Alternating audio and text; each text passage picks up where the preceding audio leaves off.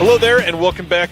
What is this place? Disconnected. Disconnected. Disconnected. Disconnected. Disconnected. Disconnected. Disconnected. Disconnected. Disconnected. Disconnected. Disconnected. Disconnected. Disconnected. Disconnected. I'm starting to feel disconnected. You have reached a number that has been disconnected.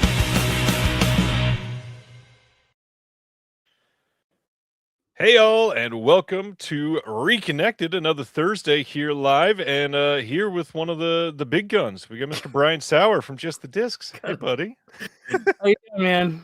You always got to embarrass me. And Barry, I mean, let's be honest. In this space, you are a genuine celebrity. I mean, Oh my gosh. people adore you. People love you. People want to take pictures with you out in front of New Beverly. Like, what is that like? That's amazing. I mean, it's a very localized celebrity if it's a celebrity at all. You know, Not if you're at the New Beverly, if you're at the Vista, maybe it might happen, but otherwise, you know, it's not a thing. So, but that's very kind. I appreciate it. Or if you like me, just invite Brian out to Korean barbecue, and you have to take the picture there. That works too. Yeah. I have a story about that later when we get into what we've been watching. Ooh, interesting. All right. I'm genuinely stoked you're here. You obviously host the Pure Cinema podcast. You are the face, the voice, the name behind Just the Discs. You have been doing a lot of screenings around the Los Angeles area. Have been doing what you can to hold up the world of cinema on your shoulders. How's everything been going? Everything's going pretty good. It has been, I was just talking to you before we got live here, and it's been an interesting year because it's been about a year since I was on, and folks are very sweet. And it's been a lot has happened, I think, for both of us, certainly. And we're going to talk about some of the stuff that's been going on with you, which people know about, and which I'm very excited about. Congrats on Antenna, and Thanks. I can't wait. But personally, just real quickly, before when I spoke to you last year, I was married, and I am not married now. And Big difference. It's a big difference, and that's okay. You know, it was an amicable thing. It was just something that it was just time for it to happen. But so I'm in a different space. If you've been watching my channel, you know this is my apartment. This is not my house. And you know, things are pretty good. I have a girlfriend, and she's great, and so I spend a lot of time with her, a lot of time watching movies with her. In fact, some of the movies I might talk about, if we talk about recent watches, would be things we've watched and stuff like that. But yeah, it's been, in terms of a personal shift, it's probably been one of the biggest in recent memory in my life. But for the good, ultimately, you know. So how about some Pure Cinema highlights from this last year? What would have been some of the big standout moments for you? Let's see, Pure Cinema. I mean, it's just an ongoing thing. We had a nice screening of Zero Effect as part of the American Cinematheque Friend of the Fest series. That was really neat. I know that we had some folks in the crowd there that had never seen that one before, and it went over well. And you know, here's fingers crossed, here's hoping for a Blu-ray. That'd be great for that. But I'm trying to think. I don't know. We did our Kubrick episodes. Those were well received. We had Edgar Wright on the show. Just a little guy named Edgar Wright. No big deal. He's been, I gotta say, not to be whatever, but he's been really sweet about enjoying the show. Like, you know, sent me a message saying how much he liked the Kubrick episodes and stuff. Just stuff like that. You're just like, what is happening? Yeah. And that's been really nice. The Kubrick, I think, was one of the highlights. The Kubrick double episode we did got a lot of nice feedback and was a lot of work, but worth it. And yeah, I mean, we just keep going. You know, we just keep going. You know, thinking about new episodes, and that is a lot of what helps me put my movie watching focus onto things and not get scattered. You know, I like having stuff to do and stuff to research. I have not thought about it in a long time. What is this, year 7 of Pure Cinema? Actually, we're gonna be starting into 9. Oh Jesus! 2017, February 2017. So it'll be 9 years in February. For some reason, I thought it was 2018. Yeah, that's insanity. Yeah, it's nuts, and we're excited about 10 years. We got to come up with something good for that. I don't know what we're gonna do, but yeah, that's a long time. It's a long time. You realize that, like, you know, if there's younger people that listen, like one of the things that got me, I think it was last year, maybe it was 2024. We had a kid come up to me at the New Bev, and he was talking about how he'd been listening since he was in high school or something. And you think about 9 years, you're like, well, that's, 2 entire high school classes went through, if they, not to say that young people are listening to the show, because it's a lot of older people, but there are some younger folks that listen, and it's crazy to think 9 years is a really long time for a lot of people and younger, This is true. I've been doing that myself lately. It's really interesting when you're like gauging time frames in terms of years. The number doesn't always sound big, but I started thinking about it and I was like, wait, my oldest was 6 years old when I started Disconnected. He's literally about to go into middle school. Like, Wow. that is so much of his adolescent life that's just been, oh, my dad's on YouTube. And now, like, my youngest is saying that he wants to make movies when he's older now. My oldest is writing essays about paranormal activity and making fun short films on his Google Chrome for school. Oh my gosh, that's so cool. Mimicking paranormal activity. I love that. And I mean, none of this would have happened, I don't think, if I wasn't doing stuff in front of a camera. So it's crazy that they've been inspired that way. But man, I love it. That is so cool, man. I'm so happy for you. That's great. So other than Pure Cinema screenings, what are some of the other films that you've shown around town? And tell people about the theaters that you show them at. I think that's the most interesting thing, because you and I take it for granted, but there's a lot of places that don't have rep screens like you have access to at all. Yeah, I mean, it's a pretty great setup in LA right now in terms of rep in general, but a lot of micro cinemas. The only public screening we did last year that I'm remembering is the Zero Effect, but I did do 2 private screenings at Whammy, which is probably my favorite micro cinema in town. There's a lot of good ones though, and there's several that I haven't even been to. There's like a place called the Eastwood that I gotta go check out still, and there's a bunch that I still need to try. But Whammy is literally about a 10-minute walk from my apartment right now, and great little venue. If folks don't know, it's like a video. They sell videos, VHS, and they're analog, Whammy analog media specifically. So it's like laser discs and VHS, and they definitely keep an eye on things that are often less available on disc. I can sense that when you go in there, you're like, oh, there's a lot of stuff here that's not really on disc. And so Eric, one of the guys there, really nice guy, is aware of that stuff. So it's neat to go in there and look around, but they have a really nice micro cinema with a few rows of theater seats, and then they have a lot of padded seats they can put in, so they can seat about 45. And I did 2 screenings there last year. One was for my birthday, and I showed a movie called Thief, but not the Michael Mann. This is a 1971 TV movie with oh man, now I'm blanking on everything. Actually, I have it right back here. Hold on. There we go. Richard Crenna. That's who I was trying to think of. Richard Crenna, Angie Dickinson, Cameron Mitchell. I had a VHS of that. We played that off VHS. And then I got a file of Murder by Natural Causes, which is a really good 70s TV movie with Hal Holbrook, Barry Bostwick, and Catherine Ross.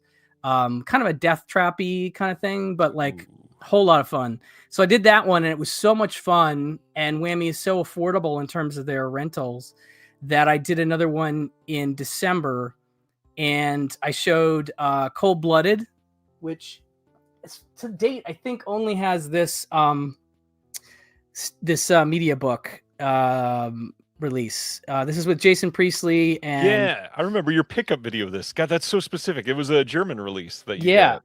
This one's I've been a fan of this one for, I don't know, 30 years. It's one that came out in 95, I think. And my friend that I was working with found it, and just a really interesting hitman dramedy.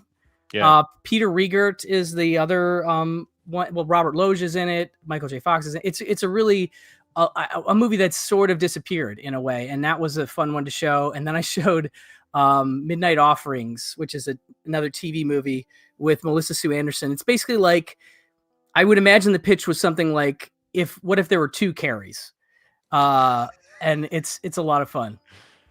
Yeah. Brian is saying Cold Blooded has a Japanese laser disc. Very nice. Very nice. Yeah, that's very cool. It just needs something else. So I'm assuming there's some issue holding it up somewhere. But I'd love to see another release of it. But yeah, those were the main screenings I think I did last year. Those were a lot of fun. But Whammy is the best. If you come to LA, definitely check out Whammy. It's a blast.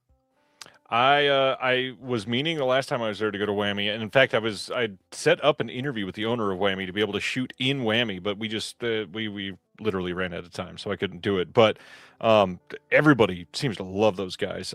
Dying to go visit the next time I'm down there for sure. Yeah, it is, and like I said, check in with them about rates for rental if you want a micro cinema space to screen something. Yeah, that's cool. It does have a multiple cover art kind of thing for that media book. I almost want to get the other one too. I love the German media books where they're like, you know what, we're doing 5 covers, and if you want all of them, get it. And it's stoked. Yeah. Okay. Let's see what else. Tonight after announcements, we're going to be talking about underrated releases from 2025, underrated physical media releases. Brian has about 84 to share. I've got like 20, something like that I feel like not enough people are talking about. I've got a couple that I don't understand how nobody nominated them for the Shelf Shock Rewind Awards this year, because they're incredible. So we'll get deep into those, but let's go into some pickups. What have you been buying lately? Okay. There's a lot here, but I'll go quickly. Let's see. We'll start with this. Goodbye Columbus. This is the Fun City Edition's new Blu-ray. I've been a fan of this one for a long time. I haven't even had a chance to crack it yet. I'm excited to, but has a commentary by my pal Bill Ackerman, new video interview with the composer, onstage conversation with Richard Benjamin, and a bunch of the other folks involved, including Ali McGraw and Larry Pierce. I like this movie a lot. It's sort of a coming of age, but like it's a like college age type thing where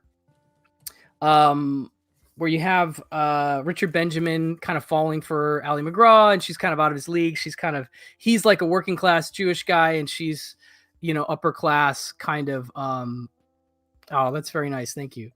And they just sort of end up connecting, but it's a little bittersweet. It's just a really great movie that I'm very excited that John got this, and very excited to check that one out. Shout out to Hertzberg. We both love Hertzberg a lot. I was just talking to him on the phone today. Nice.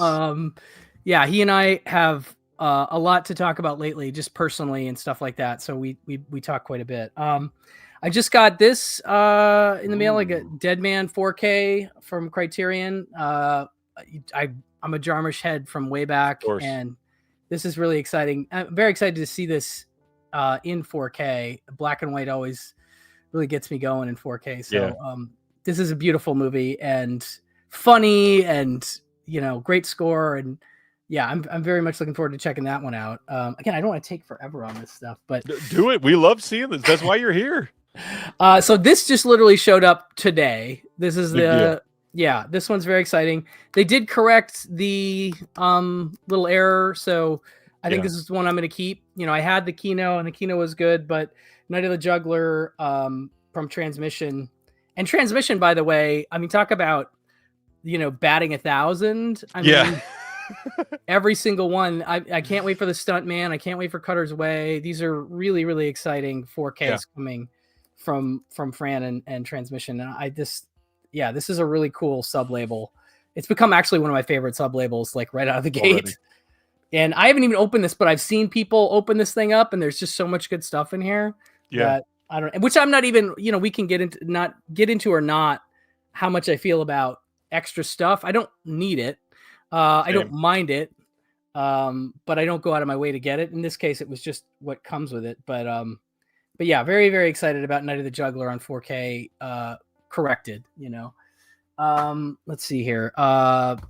This one would almost be on my list. Ooh, yeah. This is Motorpsycho, which one of the I feel like the Russ Meyer Severance stuff definitely got a general buzz, but I don't know this one in particular. I hadn't seen, and so checking it out for the first time in 4K was really great, because I'm determining that Russ Meyer is while I love him as a filmmaker, I think I love his early stuff a little more. I'm, the faster. I want to say this is the same year as Faster Pussycat. It's around then, yeah. Yeah, it's like they're both 64. I think this comes out right before Faster Pussycat, and it's almost like I've seen it said that this is like a dry run for Faster Pussycat, except it's like a gender flip.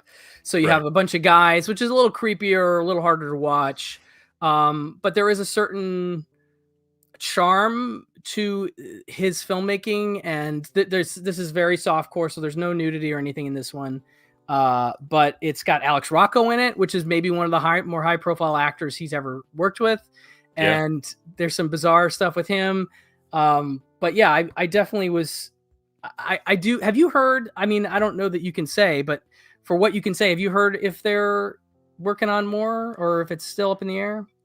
Yes, we can now because they've said it publicly. Have they? Their Okay. podcast episode for the new year, they were teasing because this is the what is this? The 20th anniversary of Severin, I think, in 2026. Oh my gosh, that's amazing. So they made a big deal on their podcast, and they said yes, we can confirm now that finally more Russ Meyer is coming. That first deal was only the 5 titles, so it's not like they were holding them back. After those came out and they did well, they went back to the well and they were able to get some more. So it is exciting. Fantastic. No, I'm very excited to see what else they have. And I just love that I think David is a great collaborator for this. Oh, absolutely. So like I just think Severin and Russ Meyer, that to me, like I couldn't say there's another label that I don't know. I'm just really happy for him. I think it's a big deal and it's exciting. So can't wait for those announcements. I think they've definitely that's the right choice. They came together. Just those two brands working together makes a lot of sense. Absolutely. I just got this. This is the Via Vision 4K of John Carpenter's Vampires. Nice. This has already got a shout screen. It does, yes. Yeah, that's what I thought. So I'm assuming this is basically the same, although it looks like maybe there's a new video essay on here.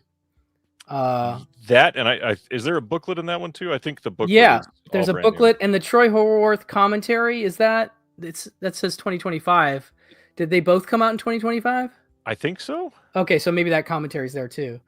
But anyway, I like this one. Elric and I joke about this movie all the time. Got Wood Padre is just something we like to, whenever this comes up, we can't help but quote that line from the movie. It's just endlessly enjoyable.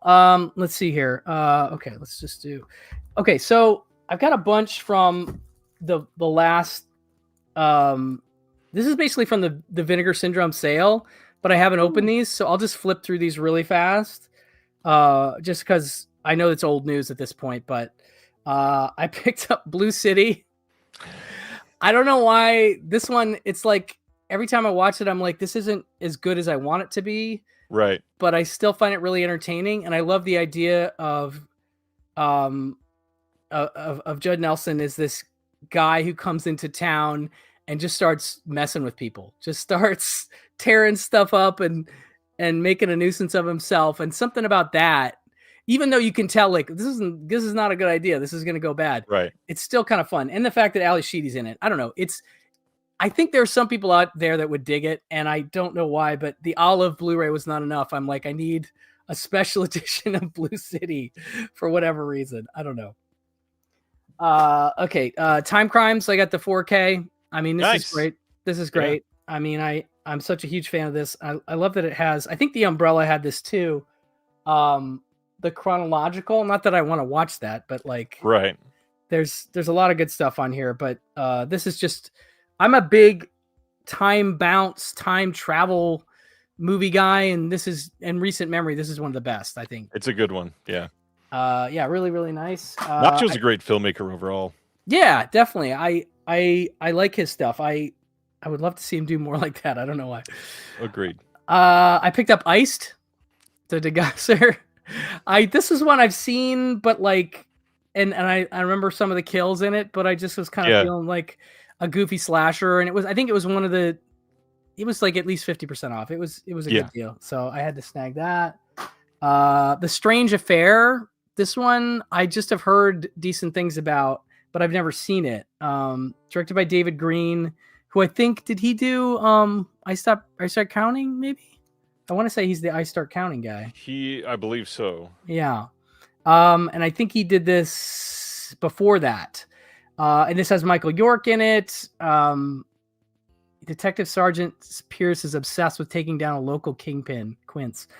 Yeah, I don't know. This is just one of those movies that I'm like, I don't know what this is, but it's in a spot in terms of time and cast where I'm like, this could be interesting as a potential discovery. So, yeah, so I snagged Strange Affair. I got suckered by Garbage Pail Kids. I don't know why I felt the need to get this. It's a disgusting movie. It's a terrible movie.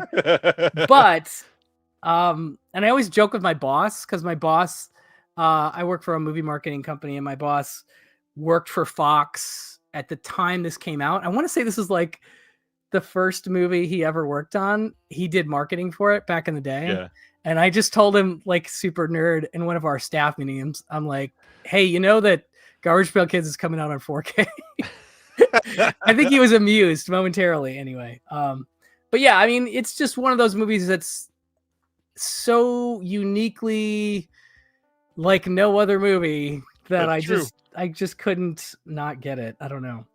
4K, yeah. We'll see. I finally grabbed Joy of Sex, just the standard cinematograph. Yeah. I mean, I do love Martha Coolidge. I know there's some people who just hate this movie, like hate it. And I gotta say, I don't know. I think it's all right personally, but you know, I get it. Everybody's not going to be a fan. Another one I haven't seen, Female Perversions.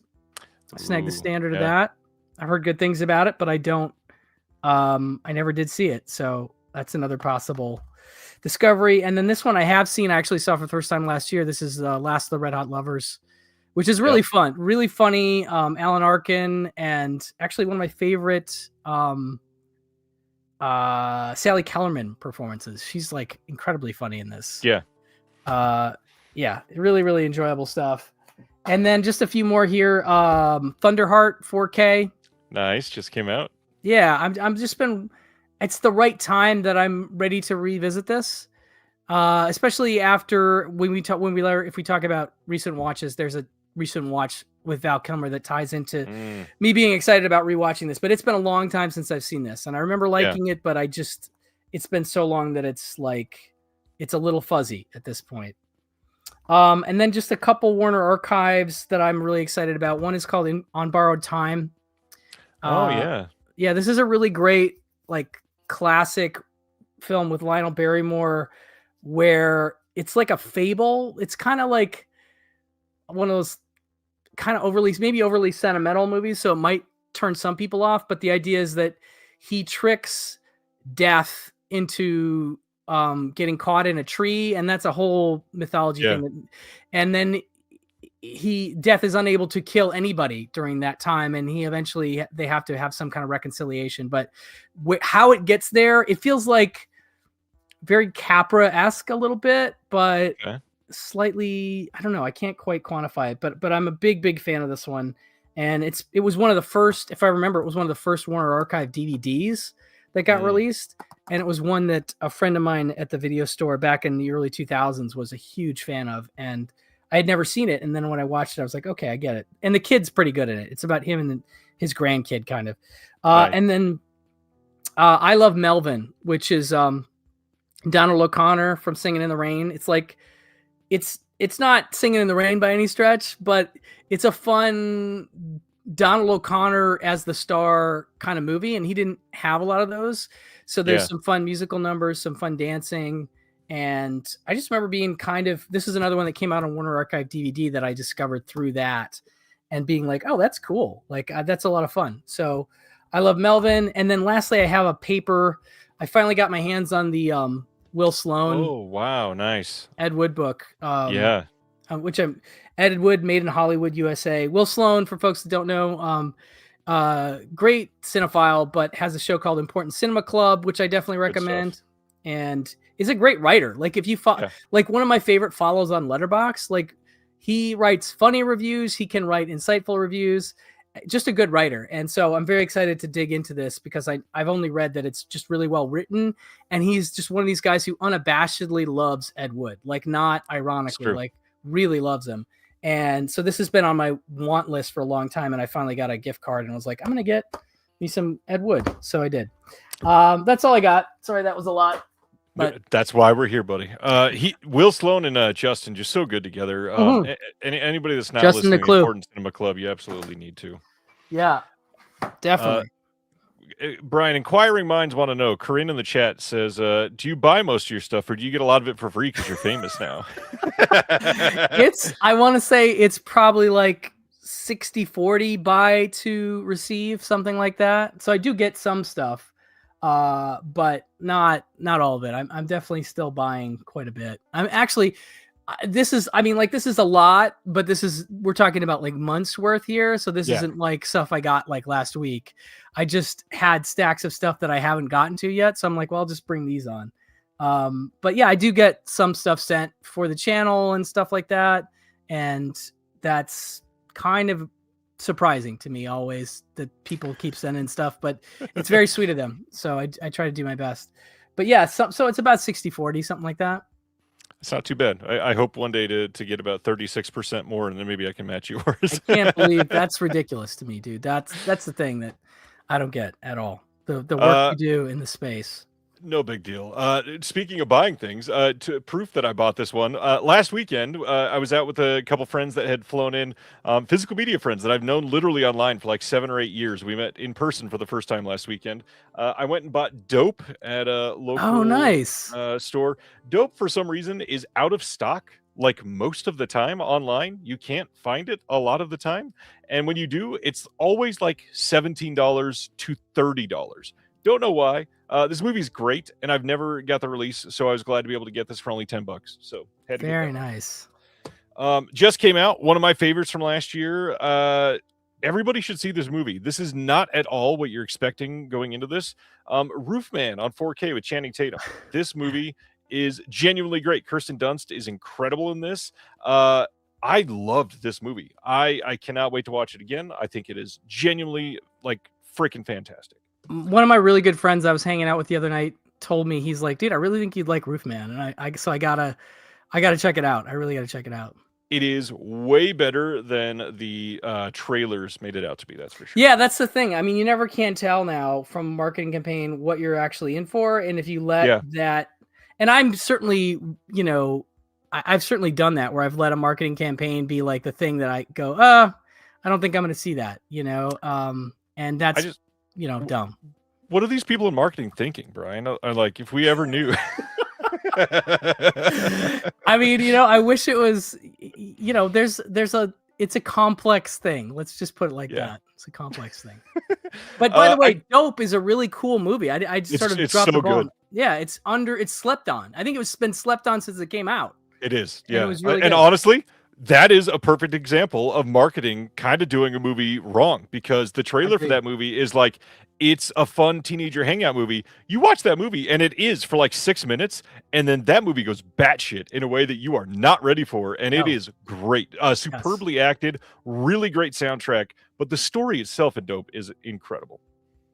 Absolutely. No, really good. I'm glad you brought it up. Actually, the movie that I just haven't thought about in a minute, but I really liked. Yeah. 3 from Lionsgate, 1 from Amazon because it's an Amazon exclusive, and then the other 2 straight from Lionsgate.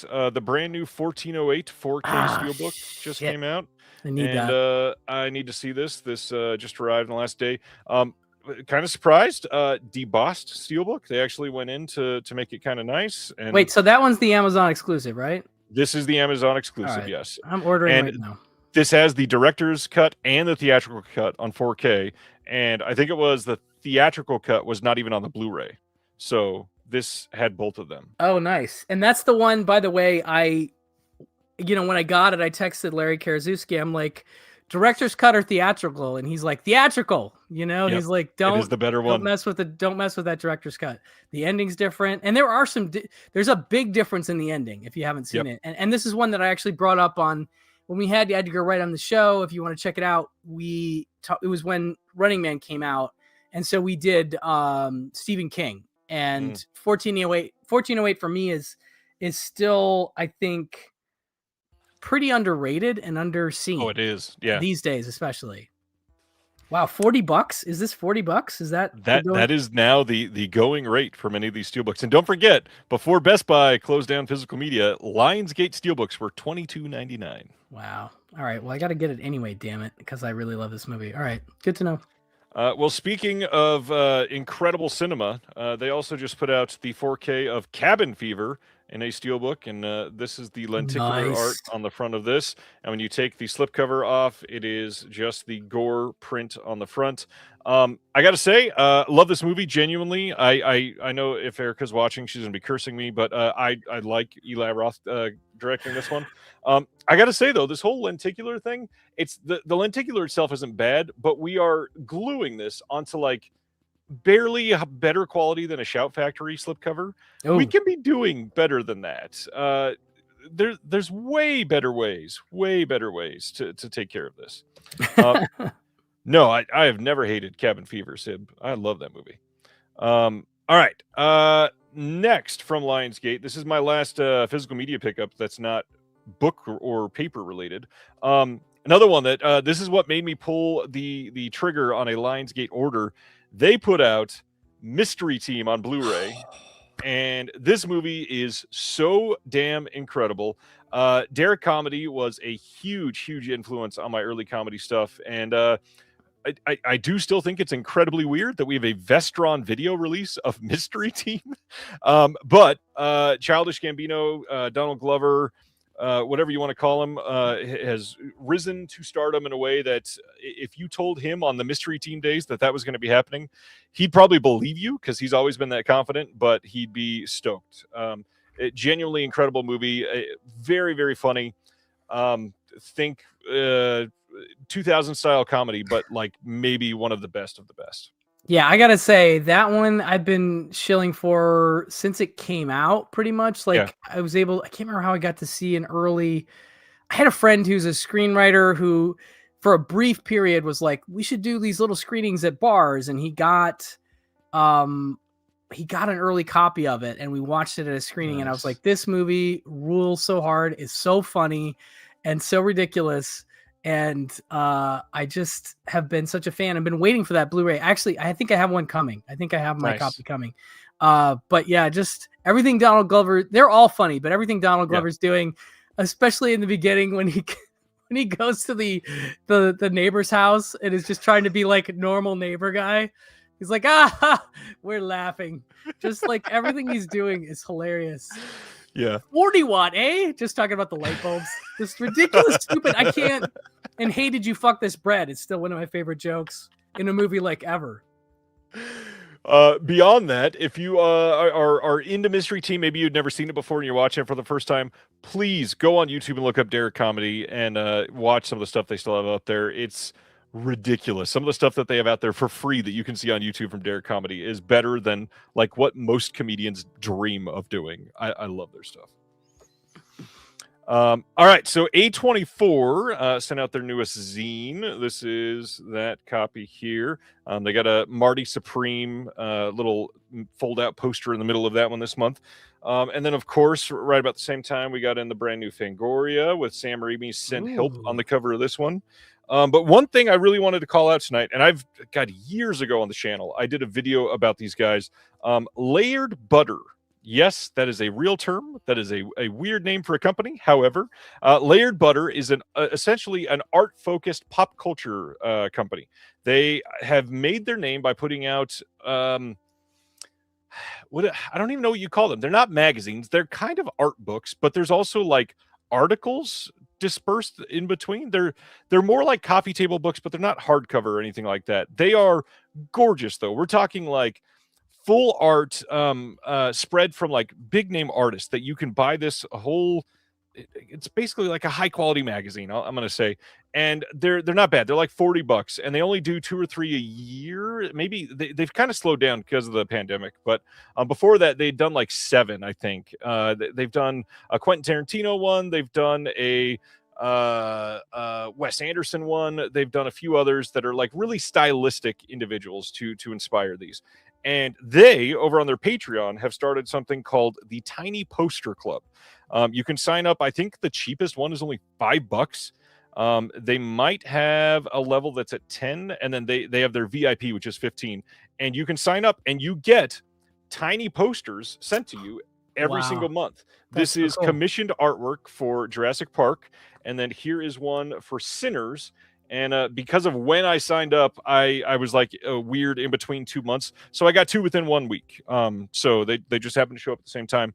I love their artwork and I will genuinely use them. And also they're shaped to be postcards. So if you want to use them for something else, you got them in here. You can put them in a portfolio. I love the art that they choose. So I wanted to highlight it. And Layered Butter. Check them out. Layered Butter. That's how I like Brian, my popcorn. You watch that was good. You watch a lot of stuff. What have you been watching? Okay, so this is sort of a curated list. Let's do it. But okay, so my girlfriend, she's in Portugal right now. She gets back Saturday. But her mom came to town. Her mom's like 84, the sweetest woman ever, and she was hanging out with us. So we were kind of just watching movies with her mom. And one night her mom was totally down to watch Night Shift, so we rewatched Night Shift, which is one of my favorite 80s comedies of all time. Still one of my favorite Ron Howard movies. And I just think one of the best Michael Keaton breakout kind of things. Yeah. My girlfriend and I quote this movie all the time. So it's a classic. This seemed like a timely watch, rewatching The Insider, which is maybe my favorite Michael Mann. Ooh. Yeah, I think so. I think it's tough, but I just love this movie so much. And obviously with the stuff with, I think it was CBS again, happening. It was really seemed like, oh, let's watch The Insider again. And I still think it's amazing. And please 4K this motherfucker now. Yeah. God damn it.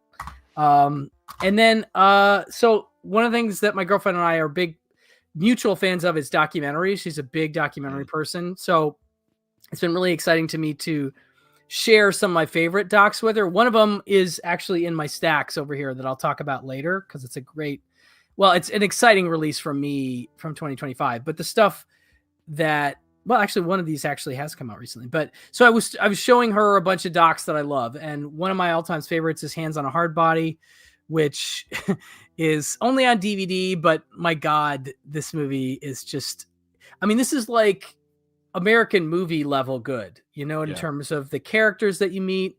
American movie level, Vernon, Florida level. I got to show her Vernon, Florida, by the way, too.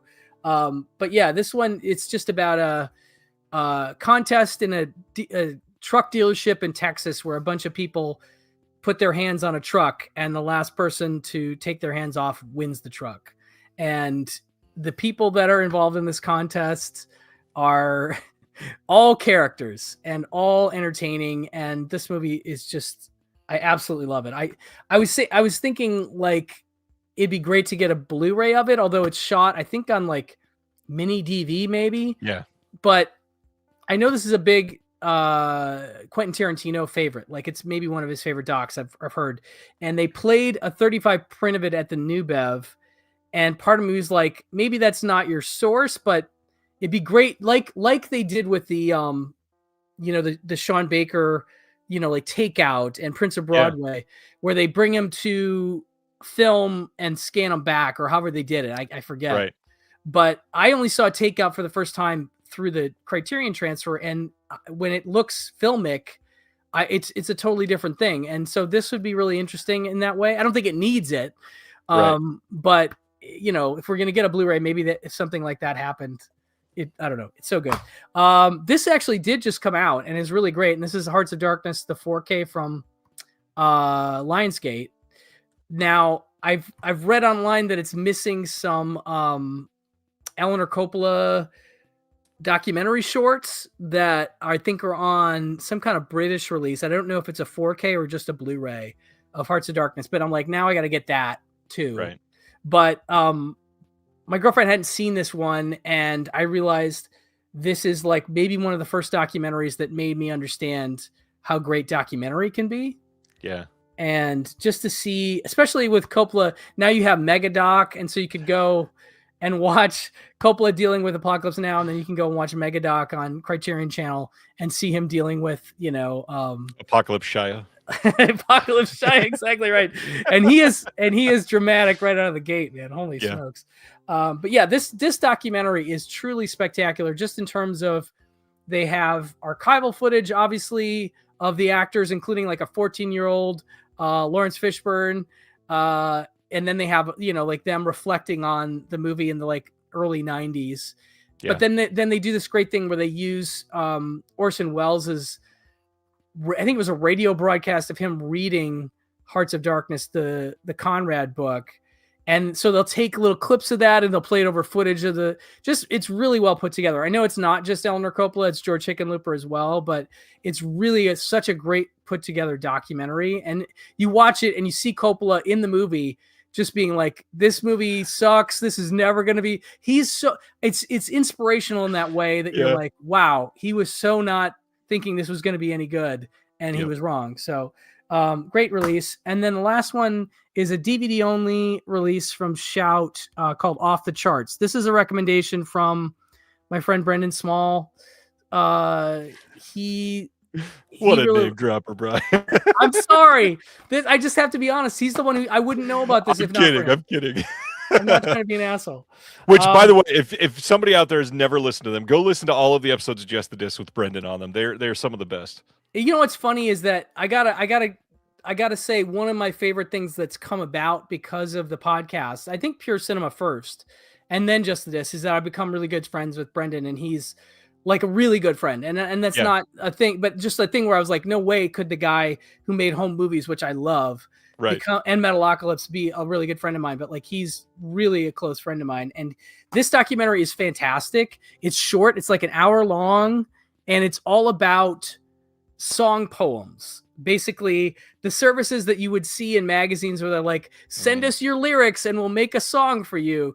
And so you get it again. This is like American movie type, characters, American movie, Fast, Cheap, and Out of Control, just people that are real characters. The people that wrote the songs are just completely bonkers, and the songs that they make are bonkers. And the people that make the songs, like the guys that actually record them and make them, they deal with a couple of those different companies.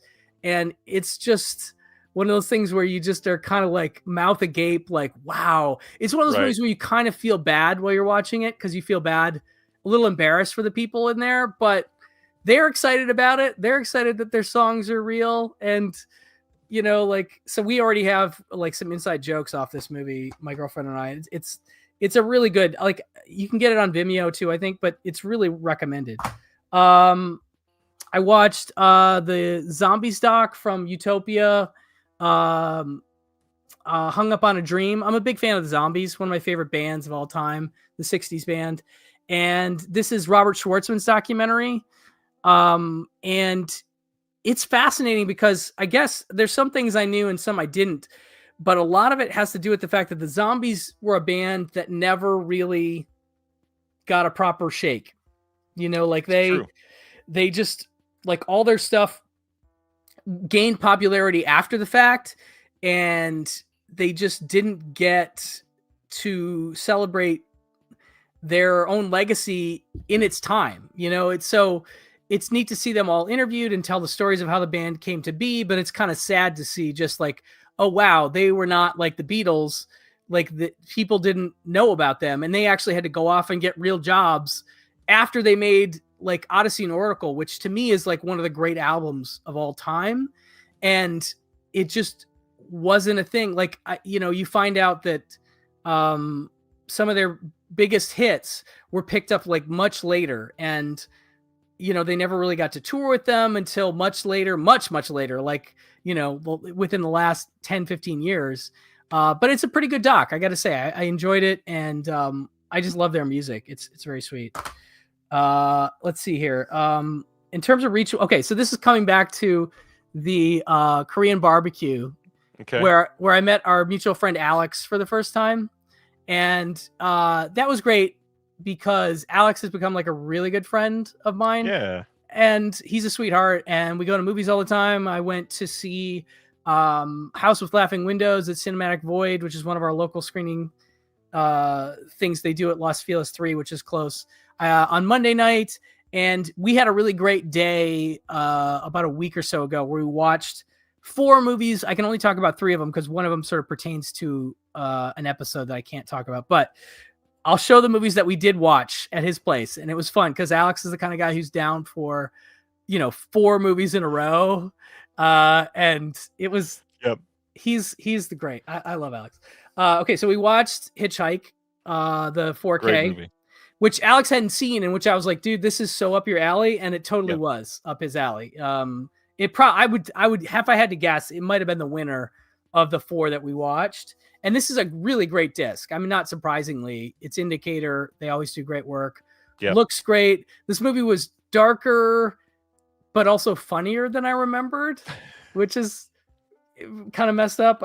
There's definitely some stuff in it you feel bad laughing at, but it's, I don't know. If you don't know, it's like Franco Nero and who plays his wife in this? I forget.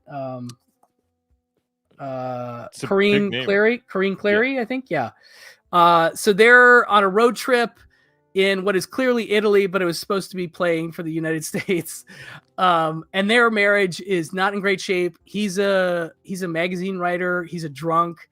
He's embarrassing and he's chauvinistic and he is an asshole. So they're already bad, right? And then they pick up David Hess along the side of the road. And David Hess in your car as a hitchhiker is a terrible idea in any movie. But it's actually one of my favorite David Hess performances too. I think he's really good. And then when David Hess and Franco Nero start to get into it, the movie becomes really entertaining and fun. And so that was great. So that was what we opened with.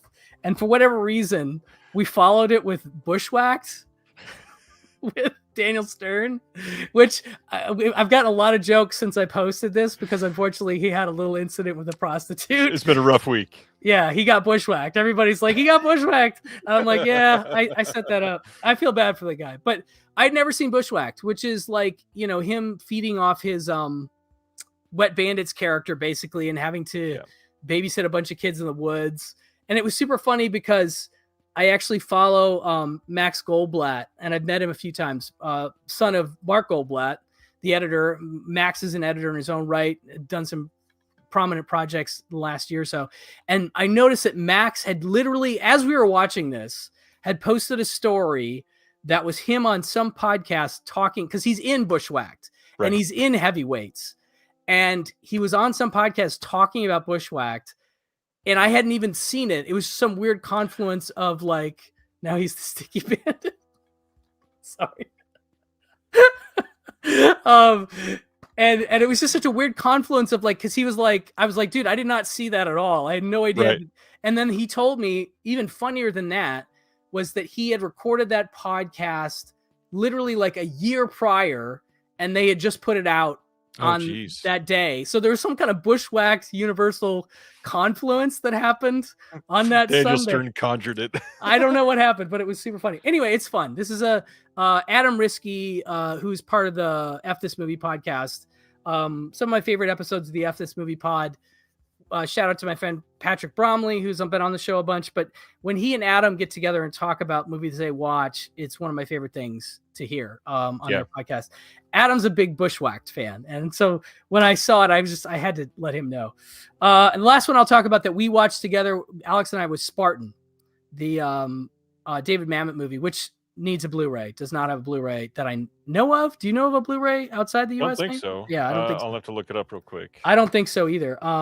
But the Val Kilmer performance that led me to want to catch up with Thunderheart ultimately, which is before this. This is actually one of the latter, almost latest Val performances where he's really good. And this is like sort of a Secret Service conspiracy movie, but like really well done. Like, I think a little slept on in David Mamet's filmography. Yeah, for sure. I know Ben David Grabinski is a big fan of this one, and I think he did a screening in New York where he hosted it. Like, it's that good for him, that kind of movie. Right. I have to share this. I was cleaning my apartment the other day, and I was in my closet, and I was moving some clothes, and I had an iron that was on a shelf, literally, and it fucking hit me on the head. like I was fucking Daniel Stern in Home Alone. I got smacked on the head with an iron, and I was just like, God damn it, this is not fun in real life. This is not something I'm happy about. So anyway, poor guy. Okay, 2 more really quick. I finally caught up with this Scissors. Oh, nice. Yeah. This is Frank DeFaletta, Phil Blankenship, my friend who programs at the New Beverly, who's on our I Home Alone myself. Yes, I totally did. Phil Blankenship's a big fan of this one, and he brought it up on like a Bonkers episode that we did, and it is Spartan has a Spanish Blu-ray. Didn't know that. Ooh. Spanish sometimes means not exactly legal, but yeah. Also, like sometimes like a 1080i versus an actual. Well, there is a German 4K Spartan from Studio Canal supposedly. Holy shit! Okay, well that's big news. Brian is buying that before the show's over. Yeah, I'm gonna get that. This is why I come on here. This is you folks got me here. This is great. I got to get me some Spartan 4K. Holy shit! But anyway, this movie is absolutely nuts. Sharon Stone and Steve Railsback playing twins. And I can't even begin to describe what this movie's about. There's unfortunate sexual assault, and then just one creepy twin played by Steve Railsback and one nicer twin. And it's the kind of movie, this is made in 96. So, I mean, Sharon Stone's pretty well established at this point. You almost go like, what made her want to do this movie? I don't even know, but it's truly fascinating and off the wall. It's a Phil special. It's one of those movies where you watch it and it's just like not like any other movie you've seen. And Phil has a knack for finding those movies. And so I finally saw that. And lastly, I saw this is a Warner Archive DVD, Love is a Racket. This is directed by William Wellman, and it's kind of a fun pre-code. I want to say it's a pre-code. I'm pretty sure it is, with Ann Dvorak and Lee Tracy. And yeah, I don't want to spoil it, but it's just sort of like newsmen. They do a lot of pre-codes with news guys, and Lee Tracy was really good as a fast talking newsman. In this case, he's like second fiddle to another guy. And I don't know, it was enjoyable. It deals with him having to, his buddy who works at I forget the guy that plays this. Lyle Talbot? No, I don't even know. Anyway, I was looking at some William Wellman movies, and this was one I hadn't seen, and it was not bad. Love is a Racket. Anyway, that's a lot of me talking. Sorry. It's totally fine. We're going to have somebody else talk for just a minute, actually. It's not either of the two of us. Nice. What is great is that we've had a hell of a week around here. We had a fairly large announcement at the beginning of this week where I announced Antenna releasing. Here is the website. And to celebrate and discuss, here's one Mr. Billy Ray Bruton, the partner in Antenna. Oh, sorry, guys. You caught me off guard. I was just doing my nightly cocaine bath. That's how you get it all done. Amazing. Hi, Billy Ray. Hi, Ryan. Hi, Brian. Good to see you again, sir. This is a lot of Billy Ray. I've seen him twice this week in person online. This is great. A lot of Billy Ray. You know, I find that most people thrive when they get a lot of Billy Ray. I have found the same for me. The only people who don't enjoy it is the CDC. Well, Billy Ray, why don't you give your pitch on what Antenna releasing is for anybody that wasn't here earlier this week? Yeah, so my first title is A Midnight Clear. It is a lovely Keith Gordon directed Christmas war film. Okay. I love that movie. So we're not doing that, even though I am surrounded by physical media right now myself.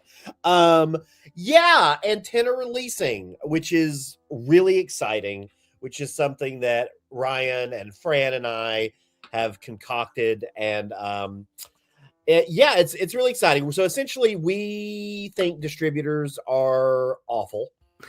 Not all distributors, just most. I love that you led with that. That's great. Yeah, I just want to be clear because I think people have this idea that I just hate all distributors. There are some distributors that are crushing it, like Altered Innocence and Yellow Veil, and like this is small one, Grasshopper. There are some bigger ones that are doing really cool stuff too. Like I think Magnolia Pictures does some really cool stuff. Like there are good distributors out there.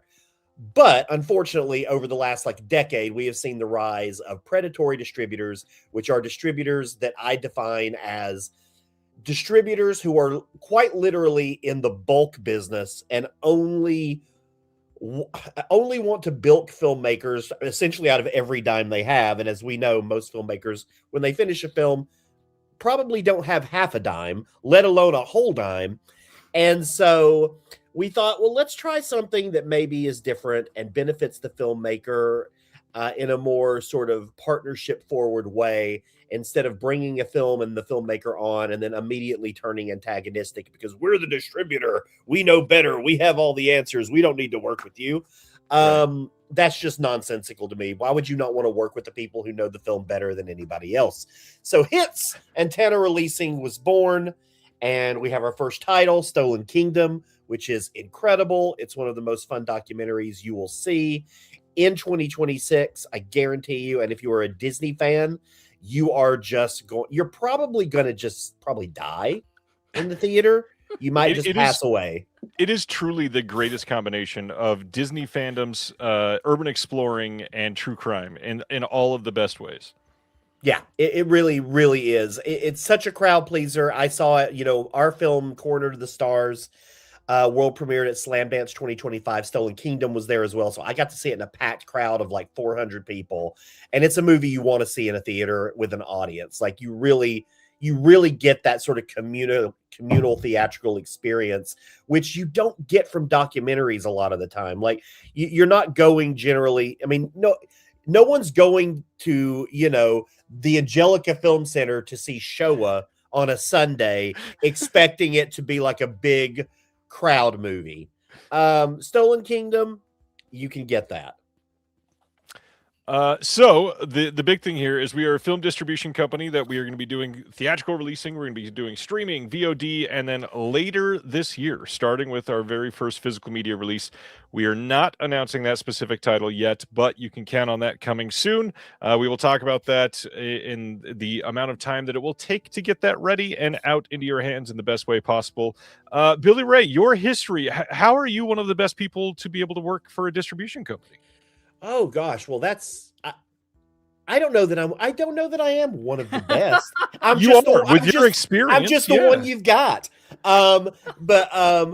Why am I a good fit for a distribution company? I think because I have seen the business from pretty much every angle. I've worked in film festivals for over 20 years. I've done quite literally everything you can potentially do at a film festival. I have founded film festivals. I've been a festival director, development, programmer, film traffic, created DCP. There's nothing for a film festival that I have not done.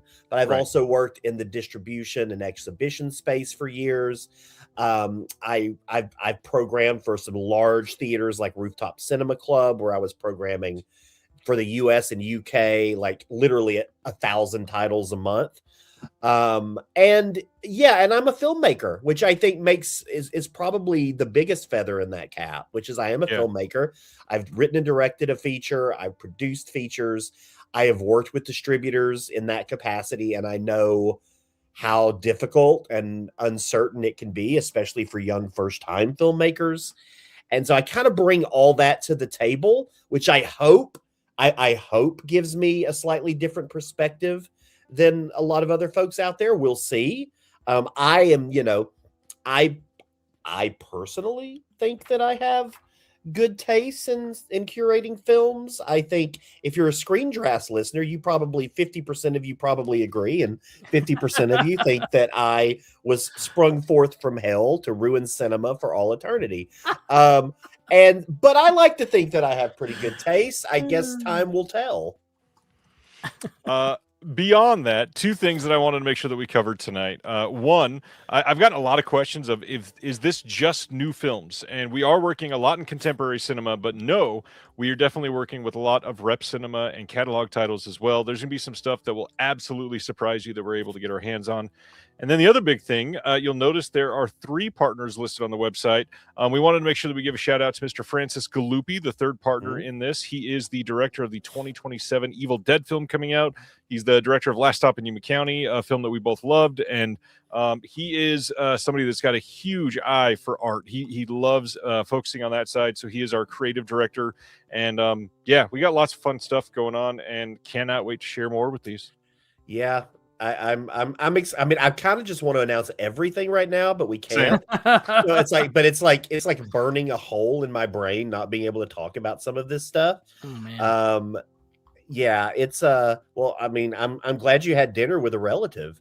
I hope it was a relative that you have not seen in many years, and you decided to reconnect, and it went better than you expected. It's a great night to reconnect, that's for sure. Yeah, love that. What was I about to say? Oh, I guess we could say we just found out one of our films got a festival premiere that we will announce eventually, but that was really cool. Yeah. We won't announce the title quite yet, but it's a really cool film. They actually signed with us before they had even had their world premiere. So, and they're going to be world premiering at a very large, very prestigious genre festival that we're very excited about. So, more to come. On that note, anything else you want to shout out before we call tonight, Billy Ray? So Midnight Clear is this war movie directed by Keith Gordon. And it is one of the most underrated, even better than that. Let me go through all of the 30 for 30. This collection of 29 Can somebody cut the mic? Cut the mic. Is really fantastic. Let's go through Have a good night, Billy Ray. We love you. Have a good night. Bye, Billy. Oh, bye, Billy Ray. See you, buddy. We'll talk soon. I never get asked on here to talk about physical media, so it's like I got to throw it in when I can. We talk to each other enough. Have a good night. And, bye, guys. Have a good night. Oh, Billy Ray. He's such a character. Oh, my goodness. All right. Some things that I've watched real quick, and then we can jump into the announcements now that we're over an hour deep into the show. Sorry. We'll blame it on Billy Ray. The big thing is this last weekend, got back to the theater for the first time in a couple weekends. Saw Marty Supreme for the second time. The first time I watched it was at home, and nothing compared to the theater. The sound in that film, you have to watch that film in the theater. I did the same as you. I need to see it in the theater, I think, because I was a little, the other thing is that the hype is so high. Yeah. So high. Like just out of the stratosphere high. And that's really hard for a movie to live up to. And yeah. So by the time I got to it was already just overhyped to the point that I don't think there's any way the movie could have lived up, except if it had been slightly different. I mean, okay, it is. But my only argument I'll make, and I don't want to take a dump on anybody's like of this movie, is I do feel like the Safdies keep making the same movie again and again and again. Oh, this is absolutely uncut gems, but like +1. Yeah, and that's fine because it's a sports movie on top of it, so I'm into that. But I was kind of like, oh, they're doing their thing again. Okay, that's cool. But the score, one of my favorite scores for sure all year. The soundtrack, although I gotta say, he closes with a song that is the closing song from another movie. And it's one of my favorite movies, so I'm just kind of, and it's one of my girlfriend's favorite movies, so I was just kind of like, I don't know. You're not supposed to touch that. I don't know if you can do that for your closing song. It's almost like saying, you don't know that movie exists, so I'm going to do it. I'm like, that's just mean to me. But anyway, it is a great performance. He definitely is an asshole. It's tough to watch. That's true. It's true. But I do need to, point being, I do need to see it in a theater. I haven't seen it in a theater yet, so I got to do that. It was very, very good in the theater. I will say I loved it at home, but man, it was incredible in the theater. That's for sure. The other one, went and saw Primate this last weekend, one that I had been eager to see, and I was pleasantly surprised. I expected this to be just like every January horror release from the last 7 or 8 years, which is usually the dumping ground of some rough ones. I will say though, this is to me like Underwater, which came out in January in 2020, which was pleasantly surprised. So this one, came and performed fairly well for the size film that it was. But the big thing for me is it wasn't ironic. It wasn't tongue in cheek. It wasn't played for laughs. It was a fairly straightforward horror movie. That's just an animal attacks film. It is formulaic in the way that it's supposed to be. I thought that it was pretty damn great. The score on this is incredible. The acting is very good and very heavy on practical effects. I like it. All of that to me sounds like a win. It's not a perfect movie. There are a couple sort of nonsensical things that you just got to be okay with. It's a freaking chimpanzee going on a rampage. That being said, if you just go expecting a chimpanzee going on a rampage, you will be surprised to how much that you like it. I think the gore in this is very good. The acting is surprisingly good. The character tropes work very well with it. It's a great movie. I gotta say, maybe he hasn't spoken about it publicly yet, but Elric was a big fan of it too. And I was texting with him just a couple nights ago, and he had just gotten back, and he was just like blown away. Like I think he probably went in low like you, and so now we're causing people to have higher expectations, which is, again, whatever. It is what it is. But now I'm like, I gotta go get a ticket for Saturday. I'm gonna go see it. Yeah. This weekend. It is worth seeing in a theater for sure. It is a fun crowd film. There was plenty of like gasp moments, genuinely. But beyond that, just like we just talked about with Marty Supreme, the score for Primates is magnificent. I believe they indicated today that Waxwork is putting it out on vinyl. If you are a vinyl person, this will be one that you want in your house. It is very much like a send up of classic Carpenter synthy riffs, and it works so well with this film. Okay. Yeah. Now you're selling me a little harder. This is good. I think you'll like it. It's a good time. Very pro disability. Like there's certain things in the film. One of the main characters is deaf, and there are things for the film that work around that, and not putting anybody down, which is kind of a tough find in Hollywood. I got to be honest. They don't really handle disability all that well. Not at all. No, that's impressive. That is impressive. Yeah. All right, I got to get on this. I got to get my AMC app open and start looking for where I can get my ticket. That's great. Incredible. Well, let's go through some of these announcements tonight. We don't have a ton to go through tonight, thankfully, but we got some big ones to talk about. These first two are January 25th in Blu-ray from Club Super 8, the new OCN partner label, but these are not, as far as we can tell, going to be part of the OCN side. This is just coming in Sweden. However, Orbit, Diabolic, Brother Belial, they've all been carrying these eventually, so you should be able to get your hands on these if you're after them. And I know I am, because there are some great people in the bonus features on this. So this first one is 1971's Forest of Beastly Desire. What a title. This is part of the Swedish Sin uprising from Nikatsu at that time. This is going to include a visual essay called Blonde Animals, Swedish Sin Through the Lens of Nikatsu Roman Porno by Johan Nordstrom.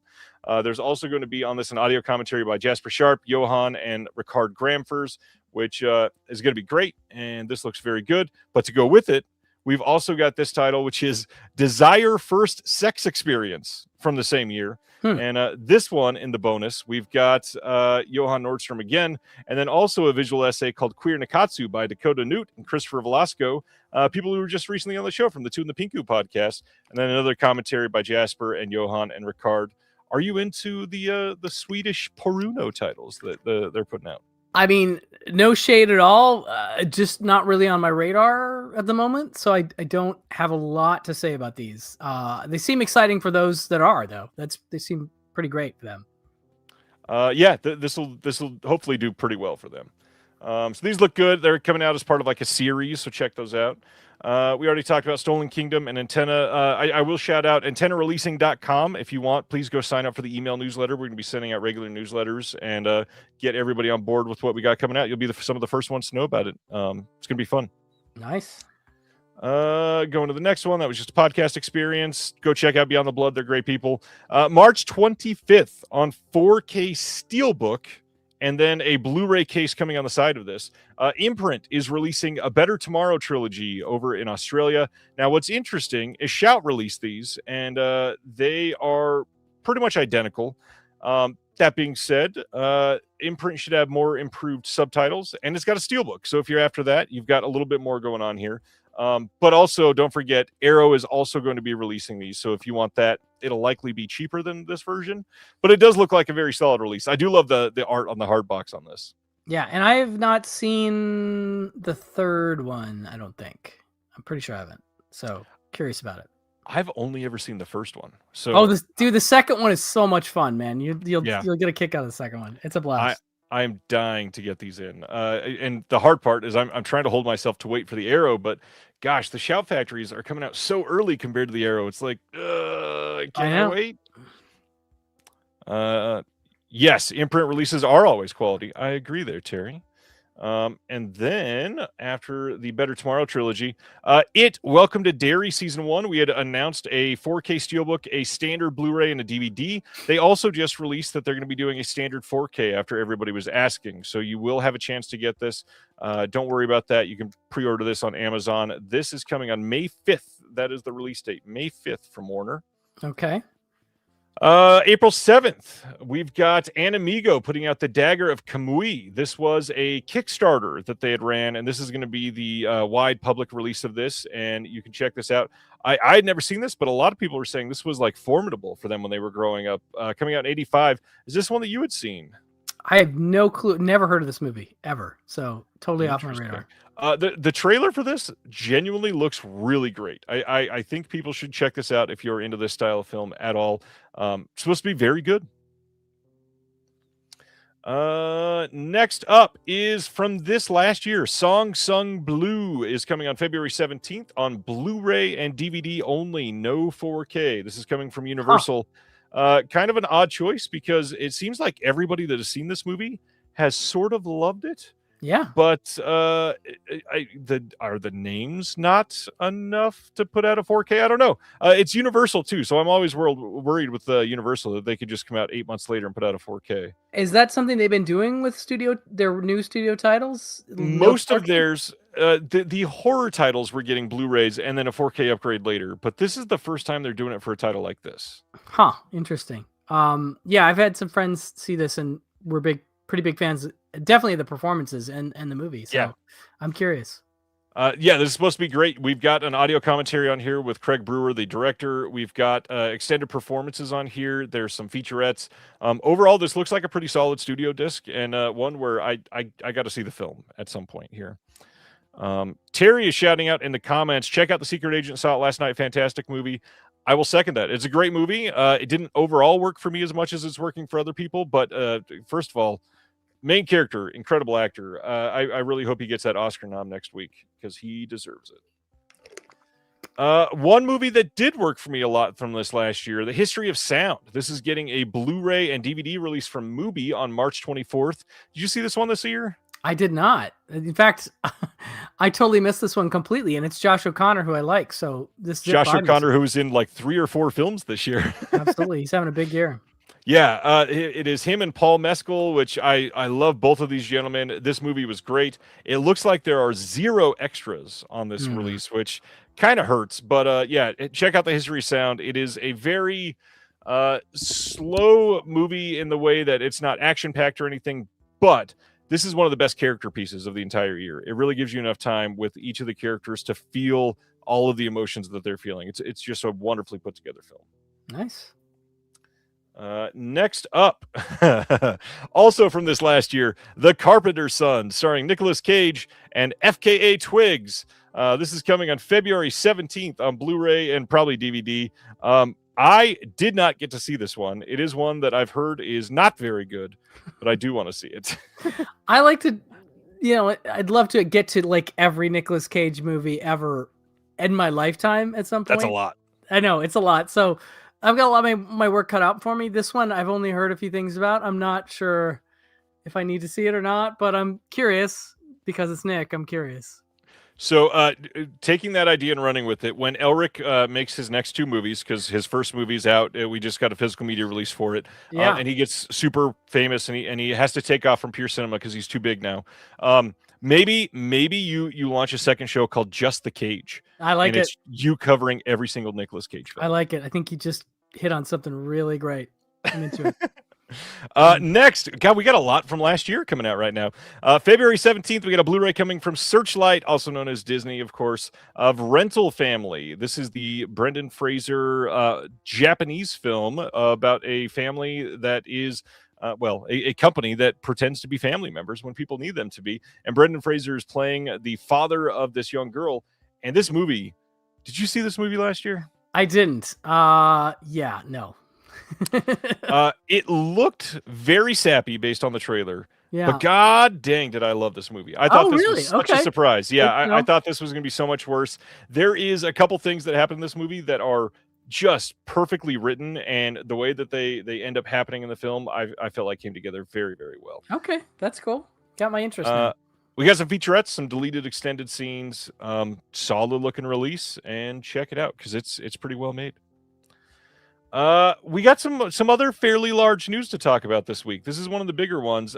Media Play news. They had the exclusive here that Alliance has announced a new exclusive agreement with MGM and Amazon to distribute all of the MGM titles. Now, what's interesting here is that not only did they call out that they're putting out the new season of Fallout and then Mercy to the retail market, they also announced that they're going to be handling titles like Rocky, James Bond, and Legally Blonde, plus The Silence of the Lambs. These are giant titles that MGM has never let anybody else handle. So the fact that they are not doing the rest of the Bond catalog in-house and they're signing it over to Alliance is a pretty big deal. Not only... because obviously MGM has changed hands a little bit over the last couple of years with Amazon taking over, but this will assuredly show people that they are genuinely confident in what Alliance is going to be able to do for them. Wow. This is genuinely a big deal here because Alliance has gotten fairly large. They are handling quite a bit of releases across the board. And the big thing is that Warner Brothers was handling a lot of stuff for places like Paramount, and the fact that we're spreading this out, honestly, I think this is a overall net positive for physical media as a whole. I think that this is going to encourage better like replication factories to pop up. I think that this could lead to more and more catalog titles coming out because Lord knows MGM wasn't doing it all that much. Overall, I think this is a great thing. The only thing that I will say, I really hope that the replication factories beef up 4K discs because last year was a big problem with those being a giant bottleneck for some of these titles. Crazy. Any thoughts, Brian? I mean, it's exciting. I had not heard this news, and I would love it to be a boon for the, like you say, the replicators and people doing the media to just help the hobby, just help physical media in general. Yeah, I would love to see that. So, and we've already seen some of this. We've already seen some of the MGM titles getting announced last week. We just didn't know that it was going to be through Alliance. Alliance, that's the word, which one of them was never on Blue before. So the fact that is happening, that is pretty exciting in and of itself, because that means it's not just going to be rehashes of James Bond releases every 3 weeks, which honestly, I know a lot of people love Bond, but they've been released to death, and there's still a lot of titles from MGM that have never seen the light of day. Yeah, no, I'm with you, man. I'm with you. All right, this is a good thing. And moving on, Lionsgate Limited announced that on February 17th, they are putting out this 4K steelbook of The Doors from 1991. How do you feel about this art there, Brian? I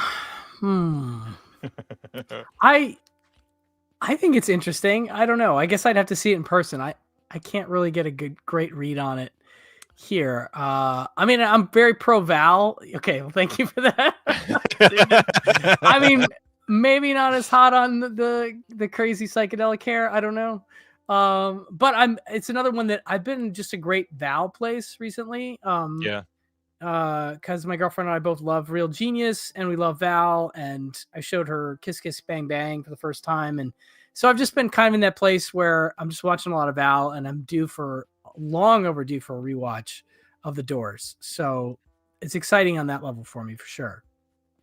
It's a good movie. I don't hate this art necessarily. I totally agree with Terry, by the way. MGM should put out Darker Than Amber if they control it, because that movie's amazing. Yeah. I don't hate this. I do want to see it in person. I like the fact that they're at least being playful with the slipcover, making it reveal the crazy Jim Morrison colors. Yes. I will admit, in the marketing, this does kind of look terrible. Just gonna say it. Okay. They've got a couple exclusive extras on here. We got a Oliver Stone director's intro, and then we've got Val, Oliver, and Jim, the making of Morrison. It's a good movie. The only thing I'll shout out here, Lionsgate has already released this on 4K way back in 2019. Oh. I really wish they focused just on films that have not been out on 4K. Like, we don't really need a rehash of The Doors with a couple new extras at this moment. Fair. That's fair. There are so many things that Lionsgate owns the rights to that other people would love to release that they're just sitting on. Come on. No, there's a lot of good stuff. There's a lot of good stuff in there. And I do hope that they are going to dig into that catalog. And getting stuff like Mystery Team is exciting to me because it's indicative that they're looking at what they got and going, okay, this is interesting. Let's put this out. So, yeah. Bruce Holicek wants us to say that the art is shit. I will say I don't think it's shit. I want to see it in person before I say that, but I won't because I'm not. There's no way I'm buying this. Hopefully it looks better than that because I at least in the marketing the colors are terrible. I cannot. Yeah. All right, another great movie from this last year. We got a 4K Blu-ray and DVD coming of Hamnet.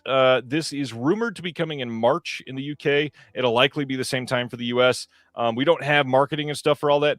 I'm betting that they're waiting for next week to see if it's been nominated for Oscars to throw a couple laurels on the front and ride those coattails before they actually announce it. But great movie. I thought this was really well done. Chloe Zhao, another Paul Mescal film. Jesse Buckley can do no wrong.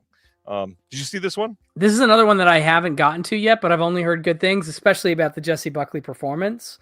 And it sounds like she's a lock for at least a nomination.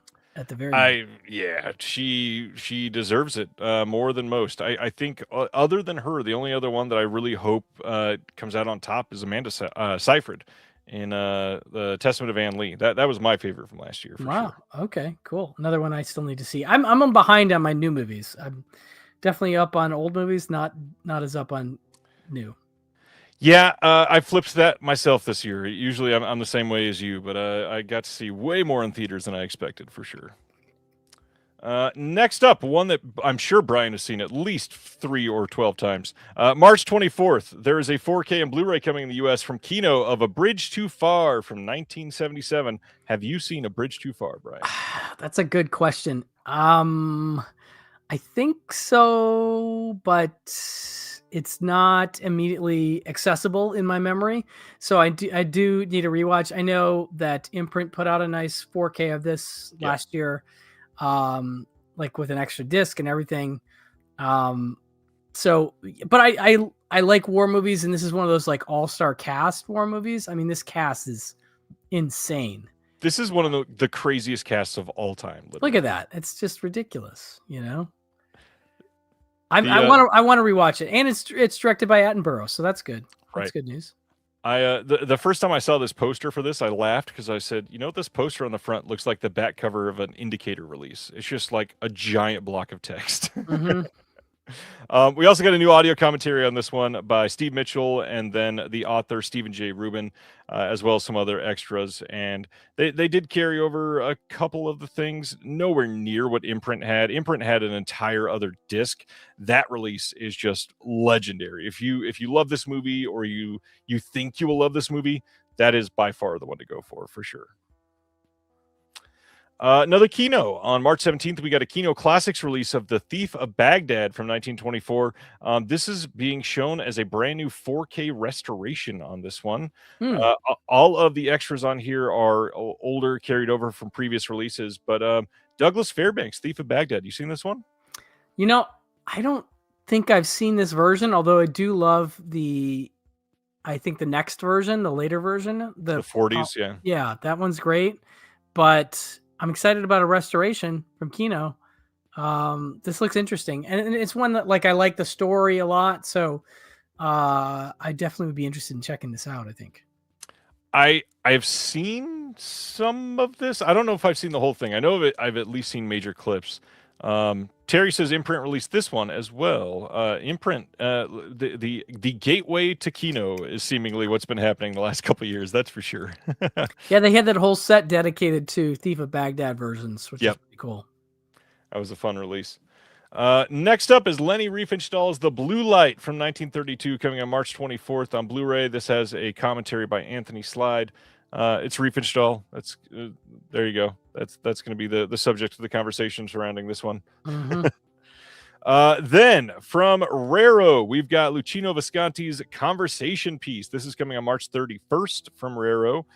This was a restoration that was started in 2019, finalized in its 4K master in December of 2023, and this has all kinds of great details on the restoration here. Everybody check that out.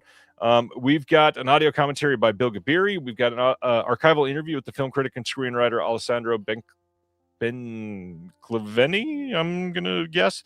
But I've heard this is great. I've not seen this one. It's got Burt Lancaster. You seen this one? No, I haven't. But, The Leopard is a really interesting collaboration between Visconti, I believe, and Lancaster. And so this must be post The Leopard. Yeah, it is. And Helmut Berger's in this too. He's an interesting character actor to have a part of this. Yeah, no, I'm curious. I don't know. I don't know if I mean I want to see it. I don't know anything about it. Same, exactly the same. Let's see. Criterion has started to offer replacement discs for their 4K release of Carnal Knowledge. Just a heads up. All it was there is a missing fade to white that was supposed to be on the disc that they did not have. If you got that first printing, you can email them and they'll give you a replacement when you send in a picture of it and your name and all that stuff. I just did this today. So for people who want to know, the procedure is thus: you have to take a Sharpie, write on the disc your name and the date in the white part of it and then if it's a 4K and a Blu-ray, you got to take a picture of both, and then send them a picture. They were pretty responsive. I actually literally did this morning, and they wrote back right away, and they supposedly shipping it relatively soon, even though it said 1 to 3 weeks. So jump on this soon if you bought Carnal Knowledge. Although they didn't have the issue with the Indicator release, did they? Apparently, no, they did not. Okay, good to know. Not surprising. They did not. The other thing with Criterion is they are also doing, I know we never covered this because it wasn't like a big public thing, but they are doing replacement discs for The Wiz. If you got in on that first printing that they had where it was missing a couple lines of dialogue. So if you pre-ordered that one, because they took that thing down pretty dang quickly. Yeah. Check out that. They also, I didn't post it today because I expected to have at least one of the announcements to cover, and Criterion did not post their announcements today. But we found out through Variety today that Criterion will be releasing 3 Neon titles on physical media this year. We've got Sentimental Value. We've got Jafar Panahi's new title that is doing very, very well right now. And then the third one is Secret Agent, which I was worried about that one getting a physical disc, so I'm glad that it is coming. Yeah, pretty exciting that those are coming this quickly, and it's not unprecedented. Obviously, last year Anora came out in May, so yeah, it's a nice quick turnaround on those. So at least one of those should be part of the announcements, hopefully tomorrow. I assumed that might be why they're delaying, because they had that press release come out today, and maybe they just wanted the news to sit there and have its own time in the sun, and then tomorrow we'll probably get all the announcements. That makes sense. All right, so check out Criterion tomorrow. Next up, we got a couple like lower tier MVD labels coming out with their releases. We've got The Box from All 3 Media coming out April 7th.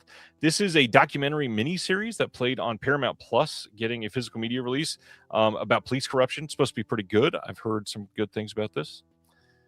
Then we've got from the brand new Anchor Bay Entertainment, which is kind of like a ghost of their former selves. We've got the Yellow Bellies from 2013 getting a Blu-ray on April 7th as well. On this, we've got a making of documentary, roundtable discussion, some cast auditions, and other featurettes like that. Yeah, I don't know about this one. Have not heard much, but it is about an all-girl band. And I like music movies, so I like all-girl band music movies. Those can be good. They can't all be Josie and the Pussycats, though. Yeah, or Fabulous Stains. Well, I don't want to bring it up because it's kind of a sore spot with everybody like dying to get their copy in right now. Yeah, I mean, I can't talk about anything I know, but I know that it's coming, and it's the delay is legit for what it is. Supposedly, they should be shipping within the next like 7 to 10 days, I think. So very eager to get that 4K. Yeah, me too. Very excited. Speaking of 4K, Signature Entertainment over in the UK is putting out Fall from 2022 on 4K. Did you ever see this one? I did. I was not a huge fan of it personally, but I get that a lot of people dug it, so I'm gonna shut up. Yep. I did really like this. I thought it was it. pretty. From what I'm hearing, and I know that this was a big controversy when it came out, supposedly this is rumored to be the uncut, uncensored version.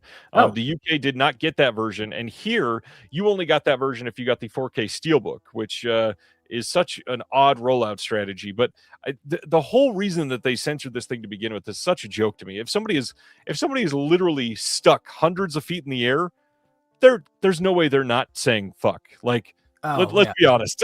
we don't need to blur their mouth and make them say silly words instead of cuss words. Come on. Yeah, no, there's so much swearing happening constantly if you're in this situation. There's just not. Absolutely. Yeah. So check it out if that's what you're into. Okay movie for some people. Sorry. No, I understand why it's divisive because it was a fairly nonsensical film. It was just the anxiety got me. I will say that. I get it. The movie that premiered today in most of the U.S. 28 years later, The Bone Temple is coming on this 4K Steelbook. We've got a standard 4K Blu-ray and DVD all coming. This was listed for the U.K. You can pre-order this now. The U.S. you'll likely be able to pre-order this early tomorrow morning, so check that out. Decent looking Steelbook. Did you see 28 years later last year?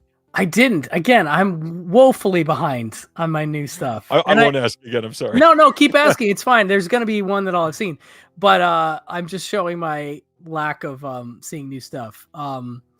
Yeah, no, this I heard a ton of people love the new one. You know, Yeah. I actually mostly heard positive things about it. It's an interesting movie. I can understand why some people hate it, but I completely understand. Completely get it. It is an odd movie to make it a zombie movie. Yeah. That's it. Okay. Next up, some more from Imprint Asia. March 25th, they're also releasing Riding Alone for Thousands of Miles. This is from 2005. This is the first time on Blu-ray anywhere in the world. This is by Zhang Yimou, really great Asian director that got the Collaborations box set from Imprint a few years ago. And again, brand new, first time on Blu-ray anywhere. That's pretty dang great. There is going to be a making of featurette on here, and that is it. But I'm dying to see this. It's supposed to be pretty damn great. Have you seen much from Zhang Yimou? Not really. No, I there's a couple in that set, and I can't remember which ones that I had seen, but I'm blanking right now. But this is I love any premiere Blu-ray. That's always really cool. Yep. I mean, anytime that you and I browse together in a movie store, the first thing that you and I seem to go for is, oh, this never made it past DVD. I know. I love that stuff. Always. Next up from them is The Way Home. This is from 2002, also coming on March 25th. This is going to have a making of featurette, a trailer, and that is it. This one sounds really great. It says, the South Korean drama, written and directed by Lee Jong-hyang and starring Kim Yul-boon and Yoo Song-ho, was the winner of the Best Film at the Grand Bell Awards. This is the story of a 7-year-old boy, Sang-woo, born and raised in the big city, and his mute grandmother, who has spent her whole life in a small rural village.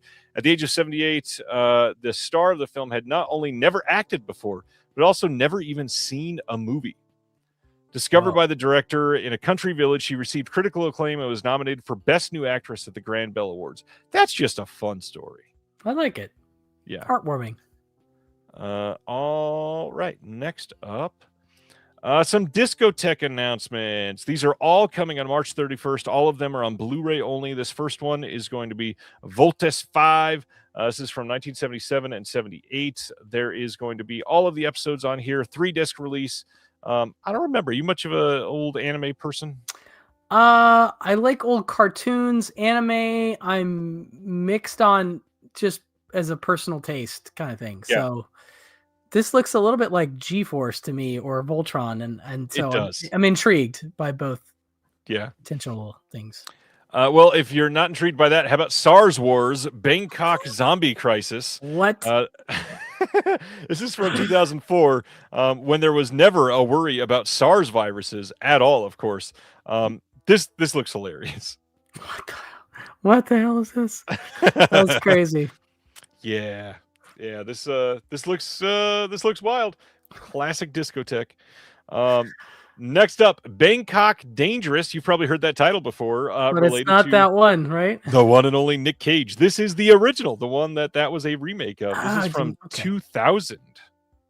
Oh, cool. I didn't even realize that was maybe I did realize that was a remake, but totally got pushed out of my brain over time. Well, to be fair, there was also a lot of Asian remakes happening in the U.S. around that time. So this is about a deaf-mute killer stalking the glittering rain-slick streets of Bangkok, guns blazing in total silence. One man, no words, zero mercy. Yeah, I think I need to get this. That's for sure. Okay, cool. Next up, Cutie Honey Tears. This is from 2016, and it says, sometimes in the near future, the once bustling city of Tokyo rapidly erodes under the constant downpour of toxic rain, while those on the streets struggle to breathe amid the fumes. The rich and powerful look down upon them within an ivory tower at the city center. With Tokyo under the thumb of a merciless android and her countless assault drones, scant few have dared to buck the status quo. That is until a daring reporter comes across a mysterious woman who just might hold the key to the city's salvation. Not the story I expected when I read this title the first time, but it sounds interesting. Sure. Yeah, based on that synopsis, yes. I'm very curious to check this out. It is a good time to push back against fascism, that's for sure. Always. Next up, if you are a fan of Lupin the Third, you're going to love these next two titles. We've got Lupin the Third versus Cat's Eye from 2023 coming on that day, and then not this one. I apologize. I forgot the order they were in. That'll be the next one. We've also got Zone of the Enders Perfect Collection from 2001. This contains 2167 Idolo and the complete TV series Dolores 1. But the other Lupin the Third is the TV Specials Collection #1 from 1989 to 1993. They are just releasing all kinds of stuff over at Discotheque if you're into Crazy. Yeah. I mean, at least Lupin the Third is something I'm aware of. I have never seen any of it, but I swear I've read the title Lupin the Third associated with like 807 projects. Just a general reminder that Shelf Shock Rewind Awards voting is still going on until the end of this month. Please get your votes in. It seems like everybody is sleeping early a little bit this year. We are down on our number of votes that we usually get, so check that out and vote if you have not yet. Link is available pretty much everywhere that you can find Disconnected. Warner Archive, somebody that is a favorite of both mine and Brian's. They are doing some incredible work, and some of these are some of their more sought after titles for quite some time. February 24th, we are getting a Blu-ray of Mogambo from 1953. This has a brand new 4K scan of the original Technicolor negatives. We've got some MGM Tom and Jerry cartoons, Just Ducky, and then an MGM Fitzpatrick travel talk short, Land of the Ugly Duckling. Love that. This is a Clark Gable, Ava Gardner film. Have you seen Mogambo? I am trying to remember. Is this the one that's like it's like another movie? I'm trying to think. African Queen, maybe? I want to say it's kind of like supposed to be like that. I believe so. Have I seen it? God damn. I'm not 100% sure that I have. Not 100% sure that I have. I want to see it. I have not seen it, but man, everybody in the comments seemed to be after this title for a long time. So I'm glad that people are getting this one. And then this is another big one, Stranger on the Third Floor with Peter Lorre, coming on February 24th on Blu-ray. This is also 4K scans of the original nitrate camera negatives. Nice. Big deal. 3 episodes of Peter Lorre starring in the classic radio series Mystery of the Air, Beyond Good and Evil, Ooh. Crime and Punishment, and Mask of Medusa. I love the archival stuff that Warner Archive puts on these discs. Me too, especially when it's that radio stuff. That's really enjoyable stuff. Yep. This was another one that I'm like, did I see this or not see this? I can't remember, but I love Peter Lorre, so I may be surprised when I watch it and go, oh yeah, I have seen it, but I'm definitely going to get it. Peter Lorre, always great. One that I always appreciate. However, This is showing my vulnerability here. This era of film, I've probably seen many of these, but they blend together so much. I never truly know. It's rough because so many of them are the same story, literally. Like some of them adapted from the same exact script, and it's like, God, this is tough. Sorry, I was just noticing Aaron was commenting about these titles, but also he said he got his standard Fabulous Stains today. Yeah, Orbit was sending them out.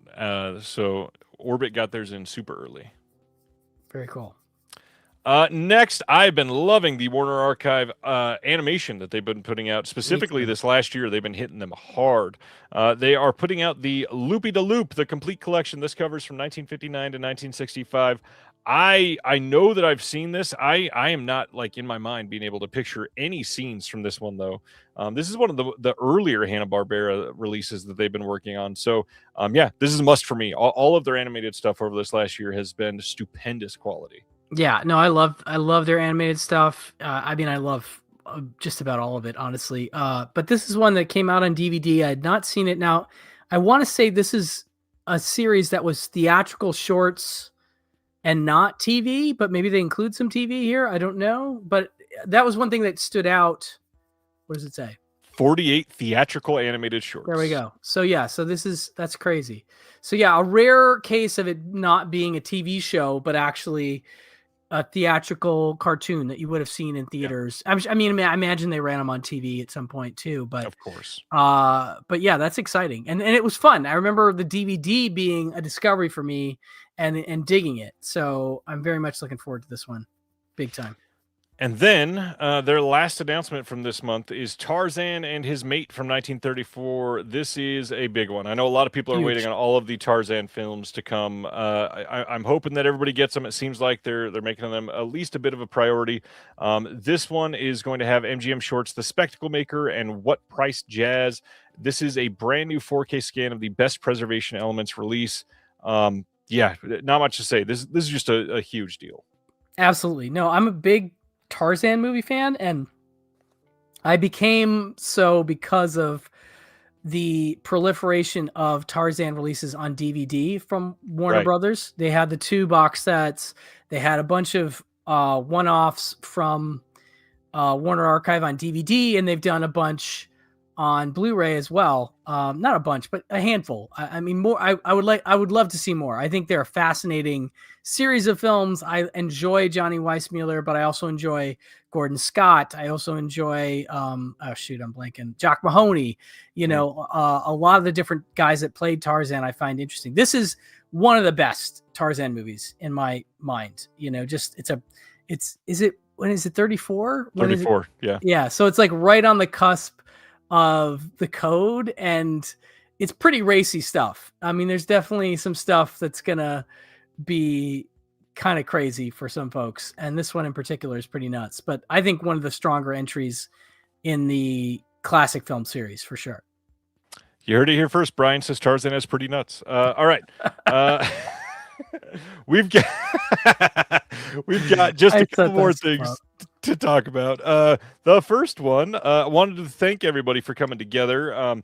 A couple weeks ago, or last week actually, talked about a friend of mine that sadly passed away at the end of December, and the Disconnected community came together, and we sent almost $700 to his family. And Robin said thank you and expressed her sincere gratitude. If you'd still like to donate, please check out the links here. Or Deaf Crocodile is collecting donations at checkout over there the entire month of January over on their website. But overall, thank you. This was a big deal, and you guys always answer, and I appreciate that so much. Wow, very nice. And the last thing, Well Go USA putting out on March 17th a 4K and Blu-ray release of Lone Samurai. Dear friend of the show, Mr. Josh Hurtado, who is in the chat, or at least he was earlier, is a big fan of this one. He says a 13th century samurai finds himself shipwrecked on an island he believes to be deserted. As he contemplates his existence, it seems like a dignified death at his own hands might be his best solution. However, when he is captured by the murderous cannibal tribe that calls the island home, his survival instinct kicks in. To mix a samurai film with cannibals, I am so in. I just hope that this goes there, but already that synopsis sounds freaking great. I mean, it is intriguing, I will say, and not even a fan of cannibal films myself, but it's intriguing, that combination for sure. Josh, since you're commenting still, does this go there? Is there like plenty of blood in this movie, or is it a pretty tame film? I'm very curious how this one's gonna play out. I definitely want to say it or see it, hopefully soon. All right, that is it for the announcements this week. Semi-slow week. Everybody's still kind of coming back from the holidays. In fact, Warner Archive said that they had more planned, but they couldn't get them done because restorations are lagging behind because of the holidays. So. Yeah, that is something that I hope that they bounce back from. February could be a big month from them. It sounds nice. That's cool. Josh says that Lone Samurai features somebody from the Raid, Yeon Ruhyan. So that's cool. All right. Discussion for tonight is underrated physical media releases from 2025. Josh says it's an existential action film. That's interesting. Interesting.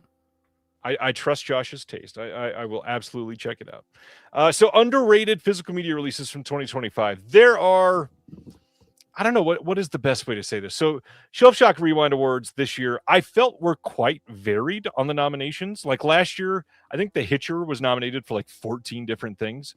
There is no Hitcher this year. There are a couple things that got like 5 or 6. There are some that are going to win at least 4 or 5. I wouldn't be surprised.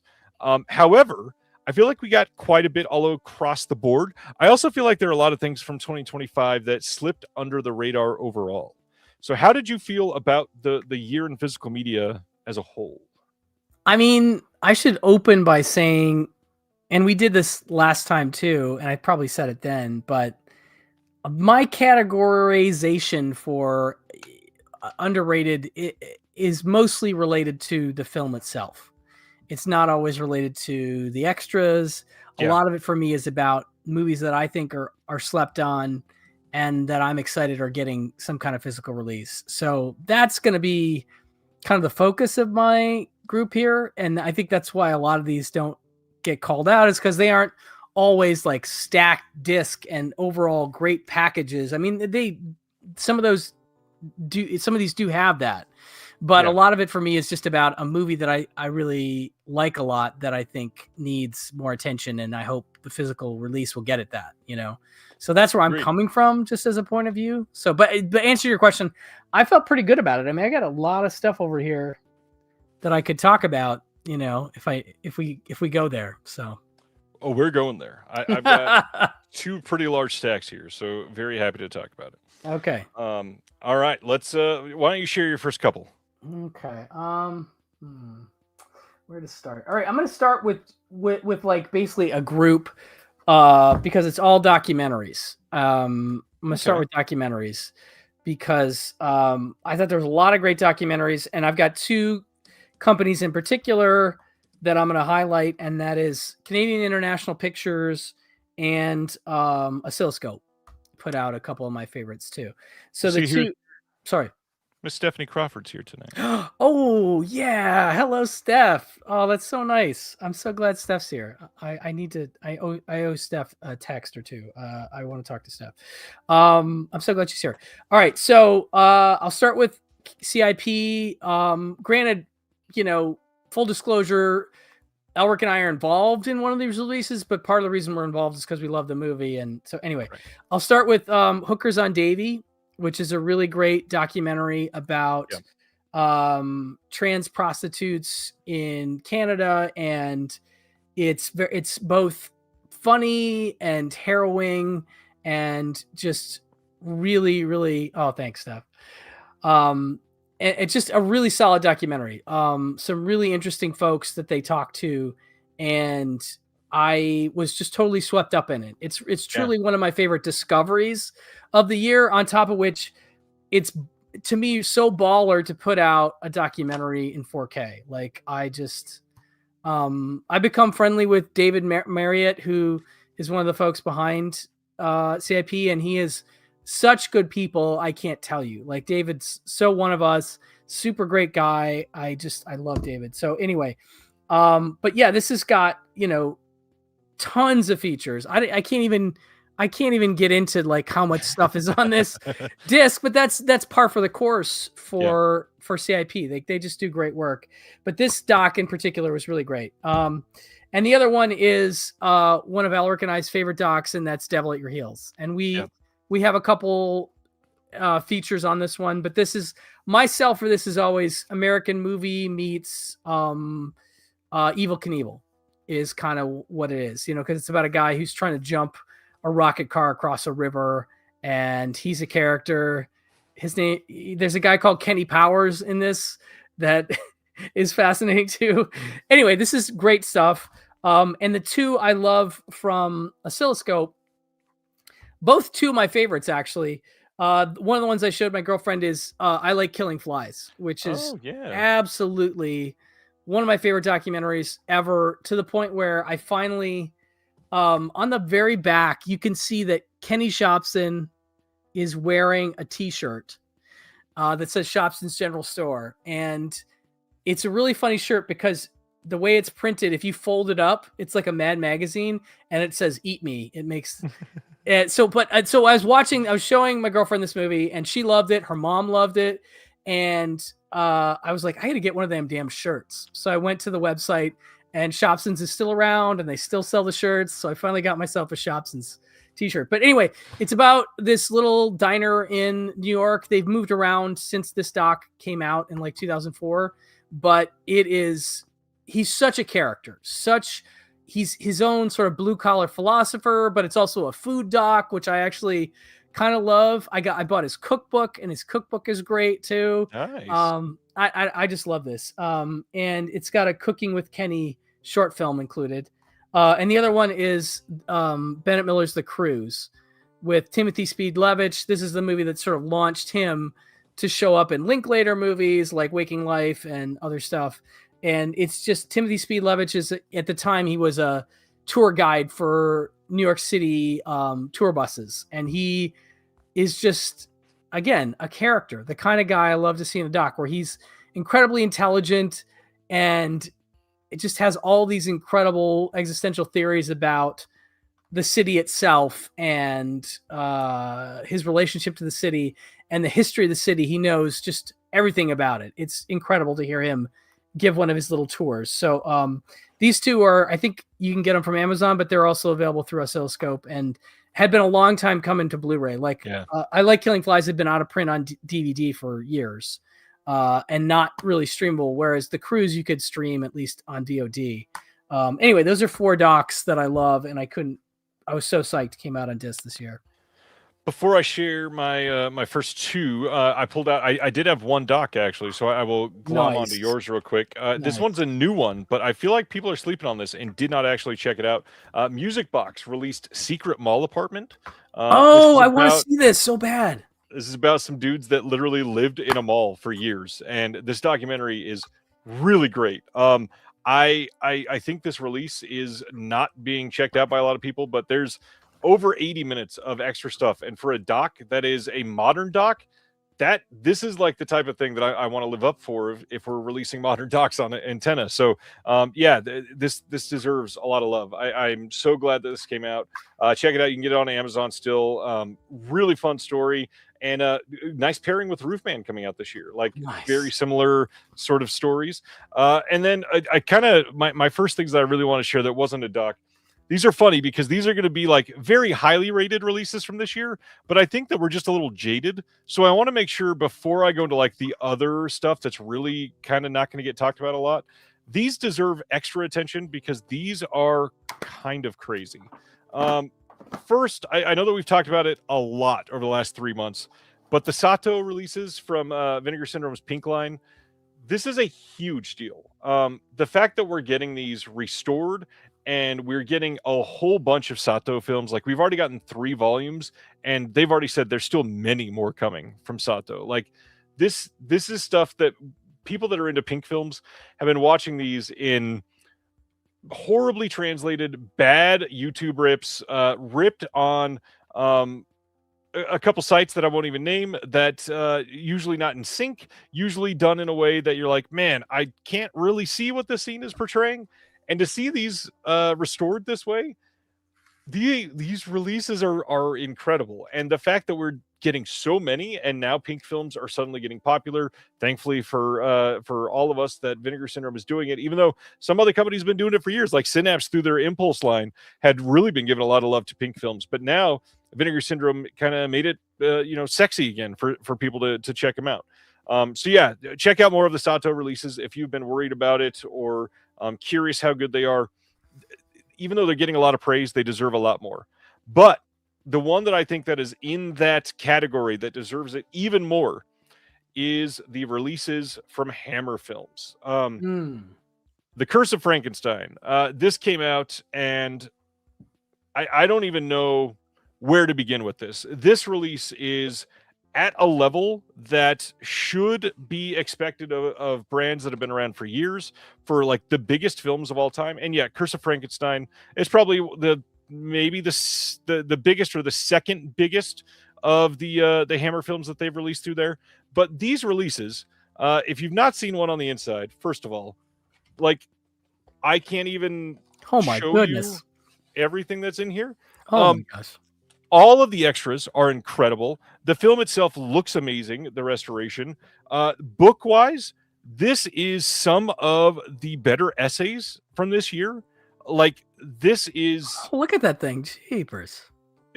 I don't even know how to, like, start the praise on this. And the only reason that this was even, like, I should get this one is because my buddy Brian, who he was in the chat earlier, he was talking about how good the essay... Oh, look, there he is.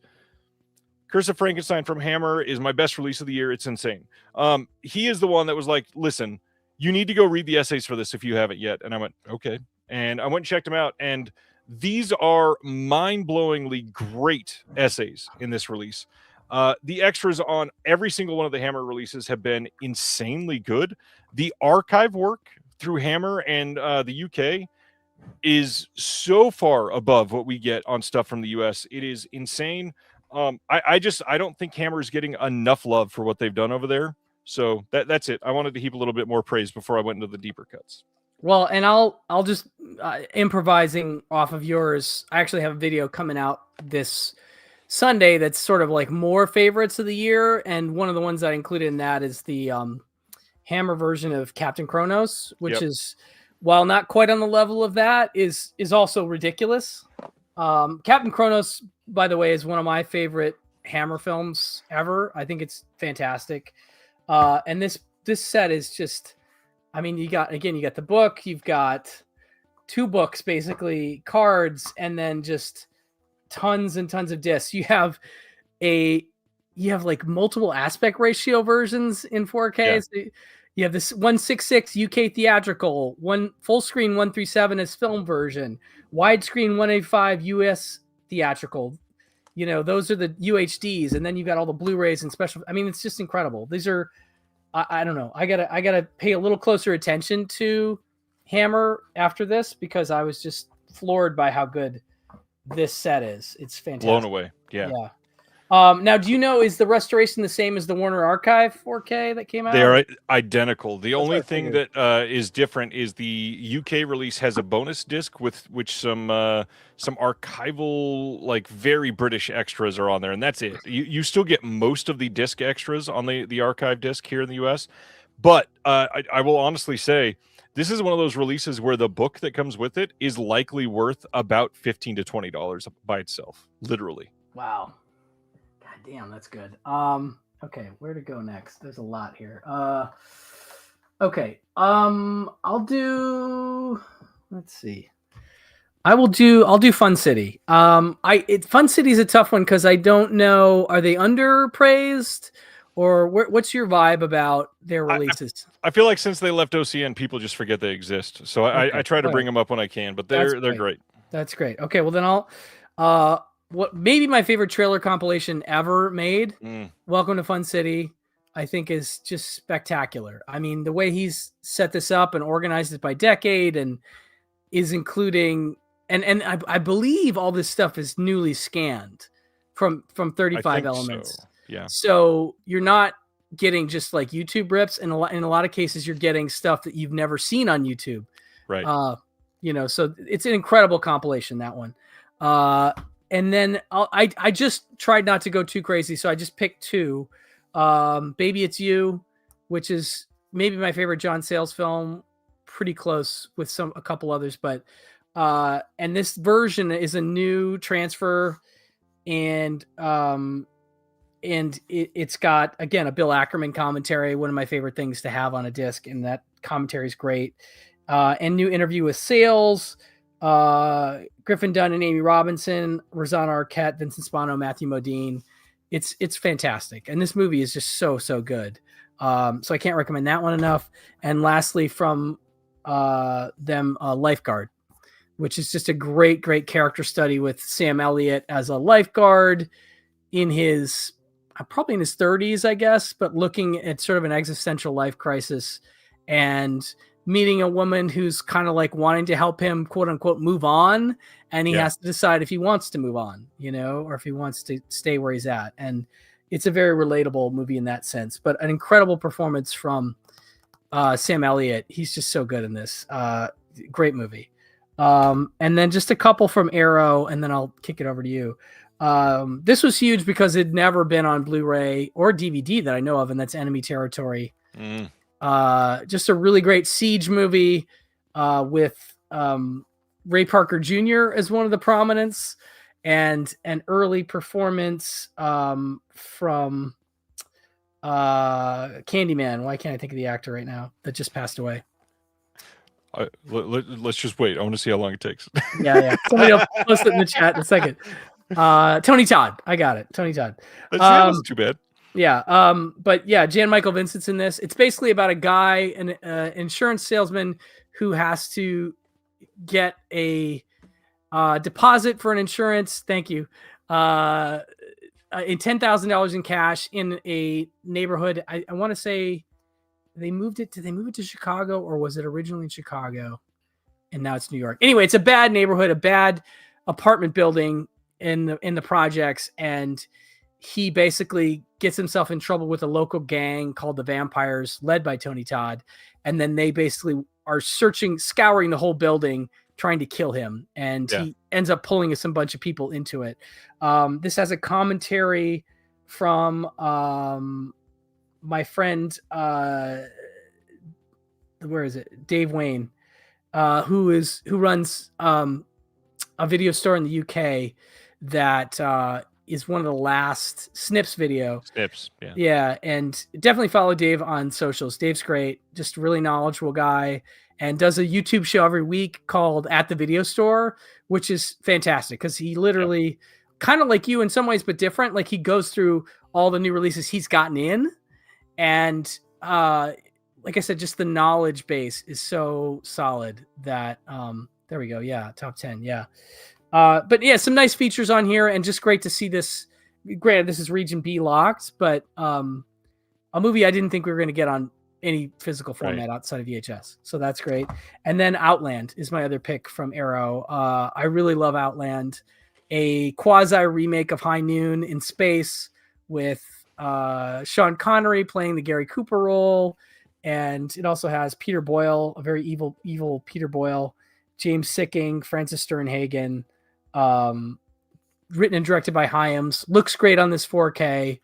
I was really psyched when this got announced, and I think it's a little underappreciated as a movie in general, but it's got a Western in space kind of vibe, and I love it. So Outland is the other one. Something that I shared some love for just a minute ago. I wanted to get two of my animation picks from this year in, and Warner Archive kind of quietly, it seems like, killed it this year. The first one I want to shout out is the entire Huckleberry Hound show. This release is massive. First of all, I can't remember the number, and I was trying to look a moment ago. This has a ridiculous amount of content on here. It's like thousands of minutes, literally. I don't know if they've got it listed on each one, but it is like each one of these cases. There are 11 discs total of just Huckleberry Hound, and they look incredible on these Blu-rays. I am so happy to be able to see these all cleaned up. That's not a word. Growing up with these, Hanna-Barbera was such a huge deal for me. I mean, all of it was something that I every single Saturday, hours and hours and hours, and I miss some of these. Some of these I watched and I had not seen in literally 30 years, and put in some of these discs this year and went, whoa, like I remember this exact interaction that I saw when I was like 7 years old, and it just burned straight back into my brain again. Loved that feeling. Absolutely great collection from them. But their best collection this year, by far, Tom and Jerry, the Golden Era Anthology. This covers from 1940 to 1958. And the big thing is this has all of the all of Tom and Jerry from 1940 to 1958. It has all of them. Almost all of them are like very well restored.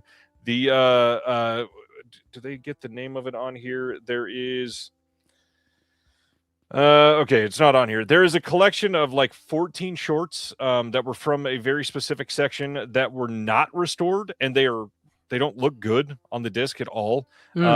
But other than that, the rest of these look incredible, and there are like 114 or 115 total in here. So this is absolutely worth it. The fact that we get all of them and they're uncensored, many of these had never been released on disc before, uncensored. But this release is kind of a miracle that it came together. And in a year when we're talking about Warner getting bought by Netflix and trying to rescue physical media out of the hands of the corporate conglomerate like that, it is important that we continue to get releases like this until we can't. And I'm just glad that they're investing the money into this, because for many people, I'm curious, like, how many Huckleberry Hound complete series did they sell this year? Was it worth the cost for them to actually restore these, or are they supplementing income from elsewhere? Because I'm pretty sure not many people bought the entire Huckleberry Hound collection. But I will say it's absolutely worth it. If you're watching this, if you like animation at all, you should. It deserves a watch. It deserves a purchase. It deserved to be restored. And I'm so grateful for Warner Archive. Me too. And here's what I'd say about them. I'd like to think that some of their buying base is not well represented online. Like it's older people that don't. That would be my guess, because otherwise I don't think that they're, so altruistic that they're just like, we're going to do this one for the fans, Right. So it has to be something that they've have the data that shows they're selling it, But that said is great. And I had that in my favorites of the year video. I'm glad you brought that in. Just jumping off that, I'll do 3 quick Warner Archive release reviews, and then I got so much other stuff. But these are all, again, about the movies for me. These are movies that are rare and interesting in my mind. First one is Rafferty and the Gold Dust Twins. This is a 70s road movie with Alan Arkin, Sally Kellerman, Mackenzie Phillips, Alex Rocco, and Harry Dean Stanton. And it's one that is... I don't know. It just has that 70s feeling. Basically, Alan Arkin plays an ex-Marine who now drinks a lot and works for the DMV in Los Angeles. And one day he's having his lunch, I guess at Griffith Park or somewhere, and he more or less gets kidnapped by 2 wayward ladies played by Kellerman and Mackenzie Phillips. And they're like, we want you to drive us to New Orleans. And they have a gun. And so he's like, okay, I guess we're going. And it's one of those like 70, it's very much would be like a good double with something like Scarecrow, which is also a great Warner Archive Blu-ray. It's in that area. And this is a movie I'd seen, I think, on VHS, and then, which is a travesty because this is a scope movie. And so if you're watching on VHS, it's horribly cropped. And then there was no HD version of the widescreen forever. So it was just really nice to finally see it fully scope and look good. I just really dig this movie a lot. It's a really interesting one. Next up, we have a movie called Gabriel Over the White House. Joe Dante favorite. A very, again, appropriate movie for right now. I'm just going to read the back. As America despaired during the early days of the Depression, Hollywood met the challenge. Hold on, where is it here? Walter Houston gives a bravura performance starring as a corrupt U.S. president who has a brush with an angel after a near-fatal car crash and awakens determined to right all of America's wrongs now by any means possible. So he really becomes like this aggressively, I don't want to say progressive, but definitely, doing the right thing kind of president to a fault, like where he's almost like dangerous in terms of the way he's doing it. But it's really an interesting movie, and I was turned on to it by Joe Dante. I remember Joe Dante saying years ago when like the DVD came out that he was a big fan of this one. And it's directed by who did this one? Gregory LaCava, who did My Man Godfrey and some other stuff like that. But really great Walter Houston, really enjoyable movie. And then lastly, we got Seven Women, which is the last John Ford movie. John Ford's final movie.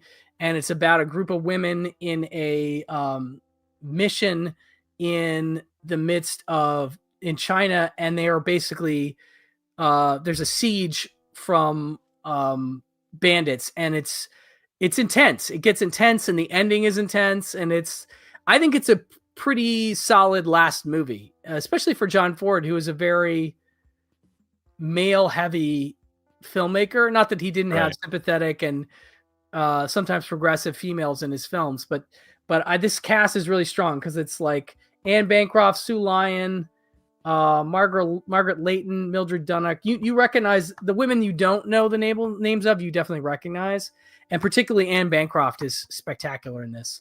So, and this is another scope movie that was not really, I mean, you could see an SD version in scope, but it wasn't 16:9 enhanced, and so it's great to have this in that version. So those are some Warner Archives that I dug. This one is an interesting release because technically neither of the films were released this year on physical media for the first time, but I got to shout out the fact that TerraVision got the WNUF Halloween Special 1 and 2 into Walmart this year, and it sold so well that nobody could pick them up. Like they were gone pretty much immediately. Everybody was trying to get them online. You couldn't buy them online for the biggest time. I think this was a very encouraging sign for 2025 in physical media. The fact that we can put out a double feature Blu-ray disc in Walmarts for less than $20 that was fully loaded with all of the bonus features that were on the limited edition of each of the films. And that's a lot of stuff because these are anthologies that are made very well, which got a lot of love, a lot of bonus features, and you could get both of those in person in a store for less than $20. Kind of legendary. I love that they were able to do that. Next, I feel like this is turning into a very consistent label, but not one that gets enough attention for getting releases that are not being released by anybody else or anywhere in any way, really. I wanted to shout out one of the Japanarchy releases from 88 Films. So this is Detonation Violent Riders. A lot of the stuff that they're releasing on this line is very good, but because a lot of them are not cult titles, they're more like small crime films or something like that. They get overlooked, I feel like. And most of these are really, really well made. This one, like, there's nudity on the back. I can't even show that for one. But there's extras on all these discs. They're coming with booklets, which for 88 Films, that's not always a given. And my big thing, and I talked about it on here the other day when talking about Antenna, prices. Prices for many of these releases have gotten so obnoxious that you can't go buy 3 films from one company without spending $120 sometimes. These things are coming out and they're $20 on release. Brand new with an Obi strip, with extras, with a booklet, $20. That's pretty amazing for a great release that you can't get from anybody else. And then the last one in this little batch, and then I'll let you have yours again. This came out early this year, I think, or shipped. I think it announced in January and came out in like April. And now I feel like nobody's talking about this at the end of the year. But Cauldron, even though they had a very delayed box set come out this year, quietly put out some really great titles this year. And one of the craziest, which any nudity on the front? No. If you've not seen this, you absolutely need to check it out. Mad Foxes on 4K. This film is bonkers. I probably cannot show the inside cover. Oh, no, it's the same. This movie is great. Mad Foxes is one that got some Blu-rays overseas with some covers that would make your grandmother faint. This movie is insane. Really fun time, and it's a really high quality 4K. The Blu-rays for this never looked great, and Cauldron, when they finally get something on disc and it's out, you will be very happy very happy that you're getting something from them. Mad Foxes is a winner, and because Bravito Giallo came out this year, I feel like this is getting forgotten. Because the Houses of Doom and all that over the last year and a half has been a ordeal for them. These are getting forgotten, but these are absolutely solid releases. And it's a hard slip. I know a lot of people are into that. It's a hard side loading slip. Comes with the poster. It's a really solid release. Yeah, I love Cauldron, and Jesse's the best. Incredibly sweet guy. And the Bravito set was great, including Grave Disturbance is like my highlight for that one. That's a movie that I really, really dig and was really psyched. Just jumping on the TerrorVision train for a second. Grow Up Tony Phillips, the Emily Haggins movie, maybe my favorite of her films. Just a really sweet coming of age movie about a kid who doesn't want to give up dressing up for Halloween and has taken a lot of shit for it. I was lucky enough to see this screened as part of Cinematic Void with Emily and the cast there. Wow. And that was a great screening. To see that in a theater with people was wonderful. AJ Bowen's really good in the movie too. But Tony Vespi plays the main kid, and he's really solid.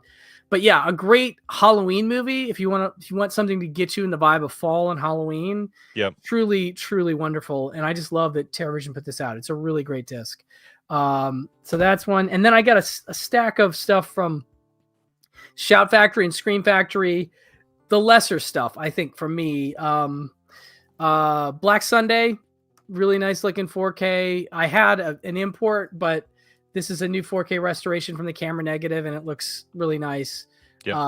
Just one of my favorite Bava movies. Was really happy to get this in 4K.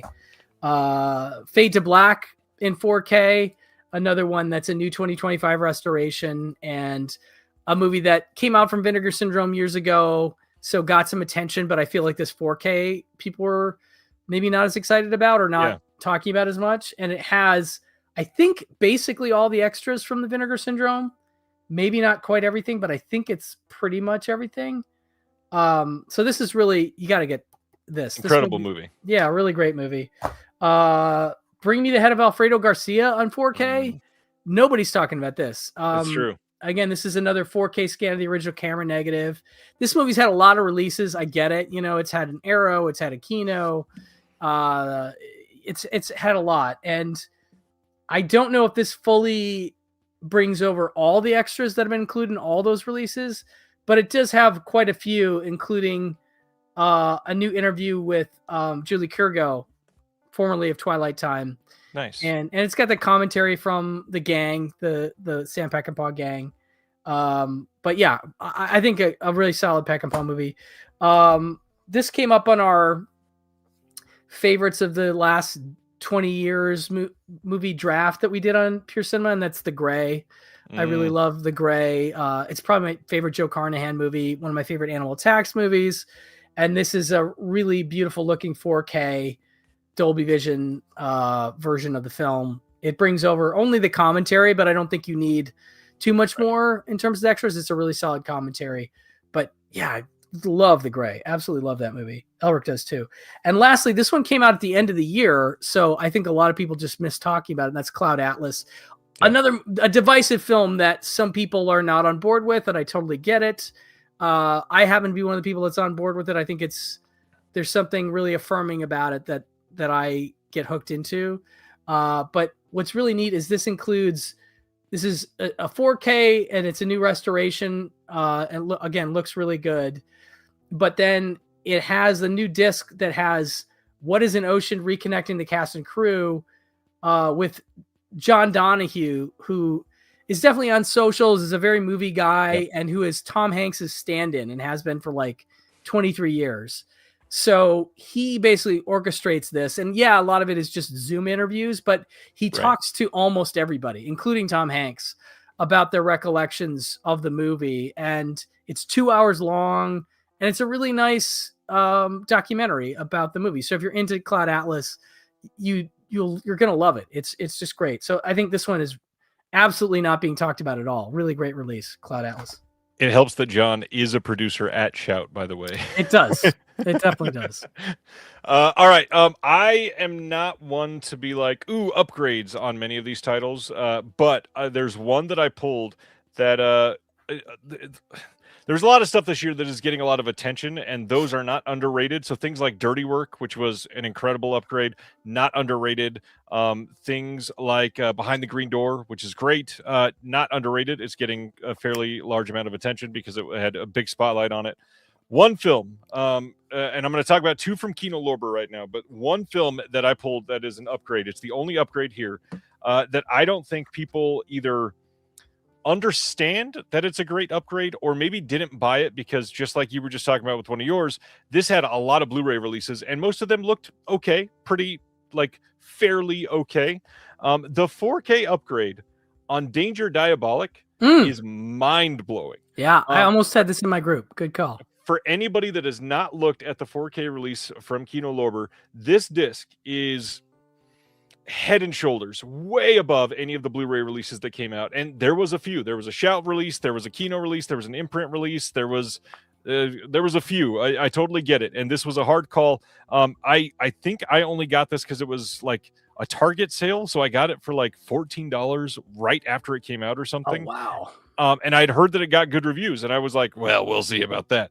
No, it is absolutely worth it. Danger Diabolik. If you love this movie, if you love Mario Bava, if you love this era of the like crime films from Italy, this type of very comic focused feeling, this movie is incredible. It looks absolutely remarkable on 4K. This is the upgrade that we all had hoped that it would have been on Blu-ray. It comes now, and it looks better than it's ever been. The other thing, which I also know that you're a big fan of, I feel like there's a lot of people that saw these and let them go by without focusing on them too much.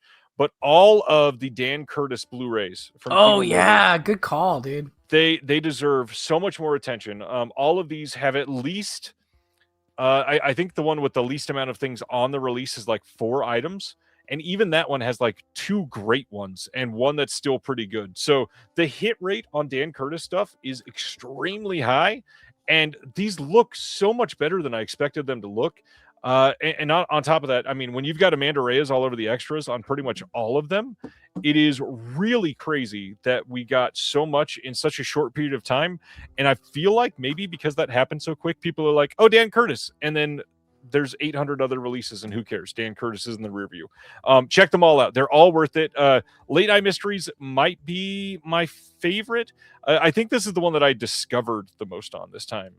But they're all really solid releases. That's a great call, dude. I love that they did so many Dan Curtis this year. I have a lot of Kino, so I'll be quick through these. And some of these maybe folks are already hip to, but I was really psyched to get Vice Squad on 4K. Even if it's SDR, I still think it looks pretty good. It looks much better. Right? I think so.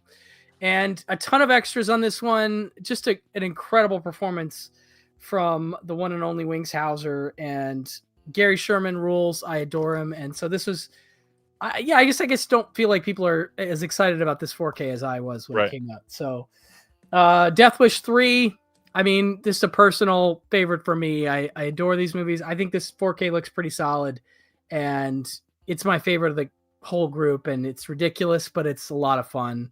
That's great. Sneakers, I feel like people were pretty excited about, but maybe, I don't know. I thought that this looks really nice, and it's definitely a movie that people love. So I don't know. It feels like it should be more celebrated. The Ninja Trilogy Collection. I was literally talking to somebody for a podcast today about how exciting it is that we have Ninja 3 The Domination in 4K now because of this set. I don't love Enter the Ninja. That's the weak link in this one for me, but Revenge of the Ninja is pretty great. And, these are fun canon ninja movies, I mean, it's a nice set, I think. Another set, very opposite of that, is the the Alec Guinness Masterpiece Collection. There's some really good stuff in here. I had not seen Lavender Hill Mob, and I highly recommend that. It's an absolute blast. But these are all great. Lavender Hill Mob, Man in the White Suit, Kind Hearts and Coronets, where he plays like 8 roles, is one of the all-time great classic films. And The Lady Killers is obviously the basis for the Coen Brothers remake, which I'm a defender of, but I know I'm like in a room by myself in terms of that. Nobody else likes that movie. But yeah, these look great, and they're just wonderful Studio Canal restorations. They just really, really nice set from them. And then Career Opportunities on 4K is just a personal favorite that I loved getting. Good stuff. Good movie. But then in terms of and then one more, just a reissue that I love, and that's I, Madman. This was on Screen Factory, and I fucking love this movie. It's one of my favorite like underseen 80s horror movies with the wonderful Jenny Wright and Clayton Rohner, one of my dudes, you know, from the director of The Gate, and has some cool, you know, stop motion effects, you know, horror book character come to life is killing people, you know, kind of noirish, but anyway, it's great. Good stuff. And then some Blu-ray debuts that I'm excited about. This was a discovery for me. This one's called Fade In. This has Burt Reynolds and the wonderful Barbara Loden, who would go on to be a filmmaker in her own right. And it's just a really sweet, bittersweet story of a small town in Utah where Burt Reynolds and his buddies hang out, and they come and they're shooting. Hollywood is shooting a movie there, and he and his buddies sign up to be drivers for the cast and crew. And Barbara Loden is the assistant editor on the movie, and Burt and her kind of hit it off and have sort of a fling, and it's really sweet. And it's just a really tender and interesting performance from Burt. One of my favorite things I discovered all year. I really, really love this movie a lot. Then Rustler's Rhapsody is a really great spoof Western from the director of Police Academy. And it's not nearly as broad as that. And it's definitely a movie that you watch it and go, oh, he cashed in his ticket because he loved old serial Westerns, singing cowboy Westerns, and was like, I'm going to make one with Tom Berenger that's totally self-aware and bizarre. And I can't even really explain this movie to you, but it's super fun, and it has a commentary, including Max Allen Collins and a friend of both our shows, I think, Heath Holland is on this commentary, which is great. And then last Blu-ray debut I'm really excited about from them is Hot Pursuit, which is a John Cusack movie from the director of Tron, Steven Lisberger, and it is an action comedy in a very action comedy way, meaning like, you know, it's John Cusack trying to catch up with his girlfriend and her family who've gone on vacation in like the Caribbean, and he gets caught up in some sort of intrigue with some bad people played by the Stillers, Ben Stiller and Jerry Stiller. And it has Robert Loggia in it. And again, bringing it back to Cold-Blooded. It's so much fun. It's a new 4K scan, and it's got a commentary from a film historian. I'm a big fan of this one. I feel like it's totally slept on. And if you're a Cusack fan, I just think, you know, is it better off dead? No, it's not, but I think it's interesting, and I think people need to check it out. So was really excited to get Hot Pursuit on Blu-ray this year. I still have not seen that one. I need to. It's fun. So I only have a total of 5 left. I've got 3. Well, actually, I think many of these are Blu-ray debuts, so that was exciting for me. I'm going to breeze through a couple of these because I want to give a couple moments to some other ones. Hyena in the Safe from Celluloid Dreams is getting some attention at the end of the year here from places like Mondo Digital, but I think a lot of buyers just did not check this out yet. And I get it. You know, the Celluloid Dreams came out swinging with some really beautiful 4Ks, and then this kind of unheard of small film came out. It's really great. This movie looks very good. It is absolutely worthy to be part of their release slate. This is only, I think, their 3rd title. Is it Spined? Yeah, number 3. Check it out. It is a very good movie. They're Italian. The titles that they're rescuing are really great. Cannot wait for Black Belly the Tarantula. It's supposed to be coming here in 2026. So we'll see. So excited. Yeah. Another very new label. New Wave out of Australia put out a couple titles, and Rubber's Lover got all kinds of attention from a lot of people. But Strange Circus might be my favorite of their first 2 titles. This is a title from Shion Sono, which is a controversial figure for many people, but they seem to have more coming from Sono. So you should absolutely be checking out Strange Circus. This movie is unique, well made, looks beautiful, fun release, really great and strong, like second spine to put out in their slate. And then Criterion. They got a lot of praise this year, and normally I've been one over the last 4 or 5 years to kind of throw some shade at Criterion a little bit, and I still do. They're not perfect at all. One of the biggest things is they don't really put a lot into extras anymore. Some titles they'll do what they can, and they'll throw some supplements in there that they can get some big names on. But if it's a smaller film, they usually don't care all that much. But a big discovery for me, very recently actually. 4K disc of a film that had not got a Blu-ray that was English friendly anywhere in the world. It did get a French Blu-ray, but we got a 4K of Hell's Angels. This is from 1930, and this movie is stupendous. The 4K of this looks ridiculously good. Anybody that has not got Hell's Angels, I would highly recommend this. I think this is one of the better releases from this last year for them, which is crazy because they have released so many great titles this year. A lot of them did not get a ton of love as far as supplements, but Hell's Angels is something that deserves to be on your shelf. Damn it, I need it. Don't have it yet. Gotta get it. Last two things. This first one is getting a lot of love because it's Radiance and everybody's paying attention to them. But again, I don't think it's getting enough love. I just did a video with Jason over at Force 5 of favorite releases of the year. And so many people are not talking about Radical Japan. From Radiance. This is a stacked freaking box set. There are 9 films in this box set, and when you're talking about Radiance, you know that there are always going to be mostly like great films, stuff that you've never seen or never heard of, or like absolute stone cold classics. But the big thing, again, kind of like Curse of Frankenstein, that is a box set with 9 films. Look at this book. This is the size of the book that came in a Radiance release. Damn. I mean, there was enough time there to fan through like 3 or 4 pages. This is almost 160 pages long. This release is mind-blowing. On top of that, it is such a timely release. There is so much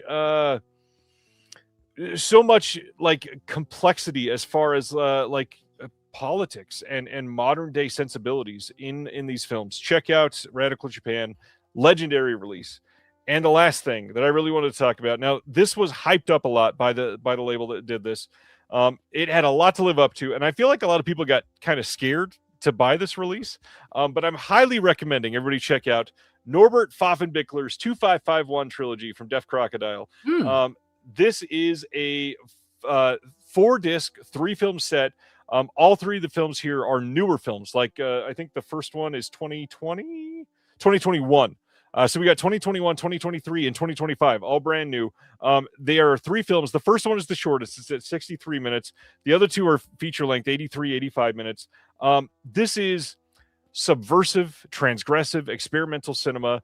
The first film has like an 8-minute strobe light sequence that you're just not ready for.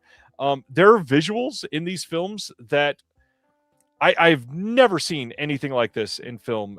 There are sex acts that they claim are simulated in here that I swear are not simulated.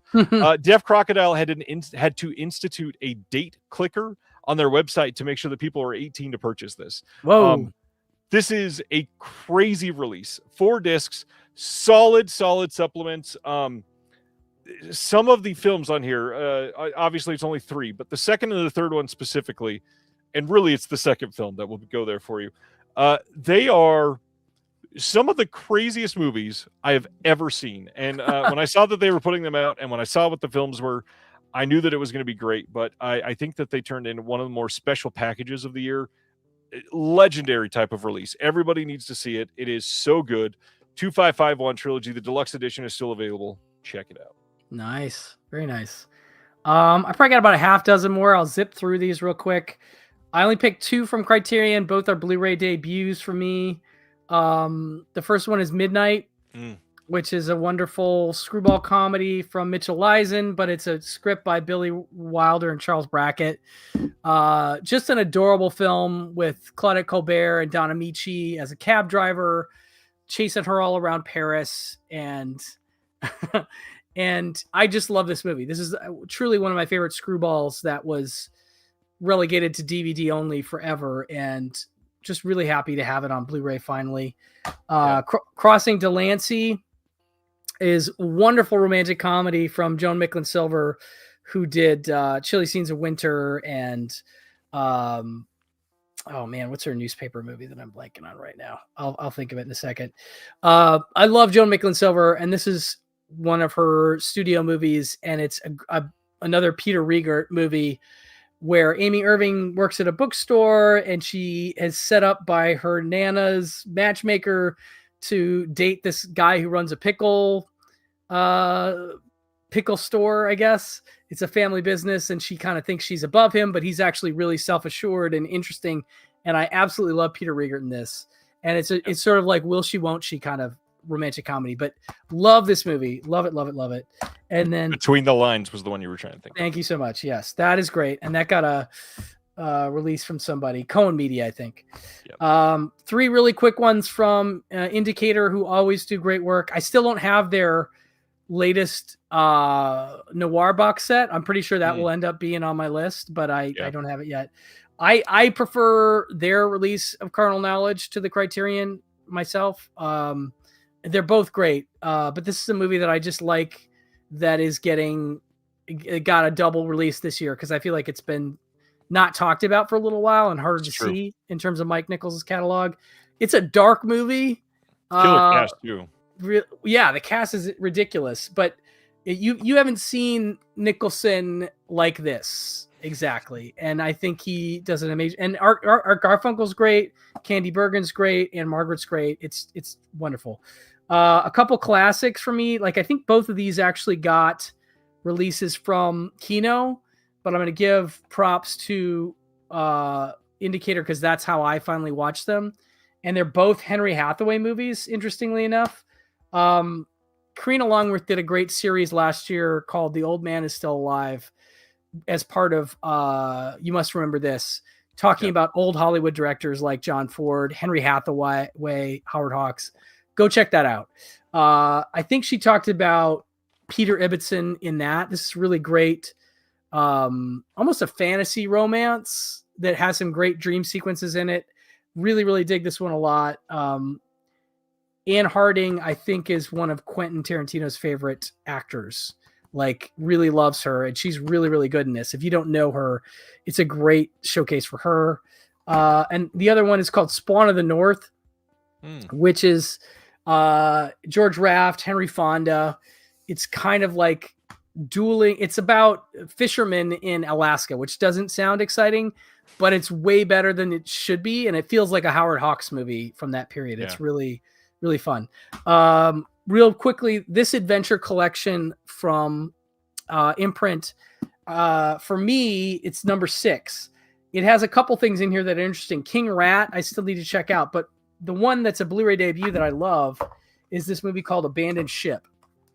And it's got Tyrone Power, and it's really one of my favorite sinking boat movies. It's akin to something like Lifeboat, because the movie opens literally on the debris field of a sunken ship, and people are just swimming for their lives, trying to grab onto debris. And Tyrone Power ends up kind of being in charge of this group of survivors, and shit gets really intense in terms of what they're dealing with. And so it's a stark and kind of gnarly movie for 1957. Like, it's dark. The shit they have to deal with is pretty dark in terms of the decisions they have to make as a group. But I really like this movie a lot, and it never had gotten even a DVD. I don't think. Maybe it had a one of those studio DVD made on demand. I'm not sure about that, but nice to see it get a Blu-ray. So that set is worth it for me for that alone. And then lastly, well, actually, I got 2 more things, and I'll shut up. Sorry. Frailty, I guess, is probably rightfully praised, but I think the Lionsgate 4K of Frailty is a pretty wonderful set. It is. And I just want to call it out as a movie that I think is fascinating and a really interesting. I think it was his directorial debut, Paxton. Maybe not. Maybe I'm wrong about that. I feel like it was. Yeah, but it's a great directing and acting performance. Just one of my favorite Lionsgate limited releases of the year. And then lastly, this one's kind of mean because I think and also, is it underrated because it's sold out? But I just couldn't be more excited that we got the movie Orgy from AGFA this year. A movie that rightfully never ever did I think we would get a home video release of it. I mean, for those who don't know, it's like basically the first video mixtape mashup that Joe Dante and John Davison did in the late 60s, where they took, their 16 millimeter print collections and basically put together this crazy stream of consciousness assembly of clips and commercials and other little bits. Basically, if you watch this movie and then you watched Amazon Women on the Moon, you kind of get a sense of like, this is the beginnings of that idea. I like Amazon Women on the Moon a lot, but it's a movie it's not even a movie. It's an experience. And I know Joe Dante was not even that psyched about putting it on home video, because I know he'd like it to be more of a crowd movie. Like, you go see it with a crowd, and you can, like, the way it's set up, it's 4.5 hours long in this cut, and you can walk in and out if you saw it in a theater. And they toured college campuses in the late 60s. I think Schlitz Beer sponsored them, and they would just play it for free and sell beer. And I guess, AGFA was able to figure out fair use wise how to release it, but it was such a hot seller that I don't know if they're going to do reprint. I know they sold like 5,000 copies of it within like a few days. The standard will still be available for sure. I hope so. Okay, yeah. So definitely pick up the standard. It's like I've only watched like 2 hours of it, but it was absolutely mesmerizing, and it's put together in such a way that like it's edited where one clip is talking to the next clip, and that's not always the case, but sometimes they're just so well put together, and it's sourced from the original 16 millimeter elements that Joe Dante had, and has a little intro from Joe, and has a wonderful booklet with some essays and interviews. This is truly one of my favorite physical media releases of the year. I think it's such a neat thing that the movie Orgy's out. I can't tell you. So I want to throw that one in at the end. It is a legendary type of release. It is crazy that we got it. I also just want to say it's been a year of legendary releases. I feel like the last year and a half has been at least once a month there's an announcement that happens, and we're all just like, how we're getting this? We never saw that coming. And I just hope that we keep that energy coming. 2026 has already got a lot of stuff rumored to be coming, and physical media doing quite well at the moment. And seemingly with streaming in a rough spot with prices and with politics right now and all of this kind of coming to a head, I genuinely feel like we are in a period where people are going to make the change to come back to discs. I've seen people that have never asked me questions about any of this go, hey, what's a good DVD player to get? I'm like, well, let's talk about something different first. Let me introduce you to my friend Blu-ray. But people that have never thought to care about this at all are suddenly like, oh, I'm noticing I can't watch half of these movies I want to see anywhere, and I'm still paying like $85 a month. I could be doing so much better. So yeah, that's exciting. That's exciting. Brian, anything fun coming up that you want to tell people about on Pure Cinema or Just the Disc or anything? Oh yeah. Actually, we have a new series on Pure Cinema that is exclusive to our Patreon. It's something I don't know why I didn't think of it earlier, but we love film discoveries. We love to talk about that sort of thing. So this is a Patreon exclusive show for our $5 tier, and it's just called Film Discoveries. And so it's me or Elric at some point talking to people that are friends of the show that we want to just sit down with and get like 5 movies, older films they've come to in the last year or so. And I've got 3 episodes out already. One is with Bill Ackerman. That's the first episode. Fantastic. Bill, of course, always great. He brought way more than 5. He brought like 30 movies in that first episode, and they're all great. I talked to Chris Ryan from The Ringer for the second episode. Then I did one myself that's just me rambling about like 40 movies that I've never talked about on the show before that I just couldn't fit into an episode. Right. So that's sort of a bonus. But it's going to be at least a monthly show, and it'll be in addition to our Blu-ray episodes and our bi-monthly hangouts. And so we're really trying to emphasize bonus content on the Patreon this year and hoping to get more people involved there. I know, it's a tough time financially for people, but we're hoping that $5 a month is something that is sustainable for people, and we're trying to make it worth their while. And I would like to think that the film discovery series alone will make it worth it, because there's a lot of stuff that people are pulling out that has either never been covered on the show or hasn't been talked about in a while. And I'm just having a lot of fun doing it already. So definitely look for film discoveries on the Pure Cinema Patreon if that's something you'd be inclined to check out. Yeah, and honestly, I never do a good enough job promoting stuff on my own, but I really just a kind of overall general thing to say, if you can, there are a lot of people struggling right now that are working hard to bring things to the world, and if you can find it in yourself to support creators, it's a good time. Patreon is something that is kind of a must for some people just to keep things going. A lot of the stuff that we do takes money to be able to create for people. So for mine, if you sign up at the $7, you get into the Discord, which I think is the most welcoming film community on the internet. Perhaps I'm so proud of the environment that it has become. $12 will get you the background on the label that is happening right now, Antenna releasing, giving kind of some clues and stuff that we're doing behind the scenes that'll be coming out more and more regularly now that it's a public entity. Starting next week, that will be a thing.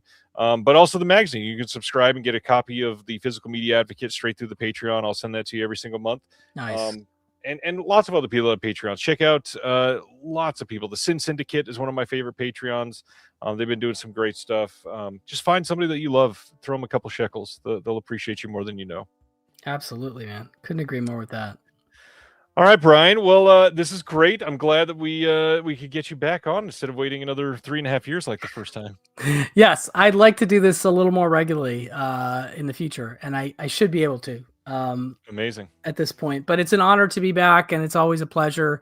Love chatting with you, sir, and it's been nice. For those that don't know, we had some chats outside of this show earlier this week that'll rear their heads later in the next month or so. But that was lovely as well. And again, huge congrats on Antenna.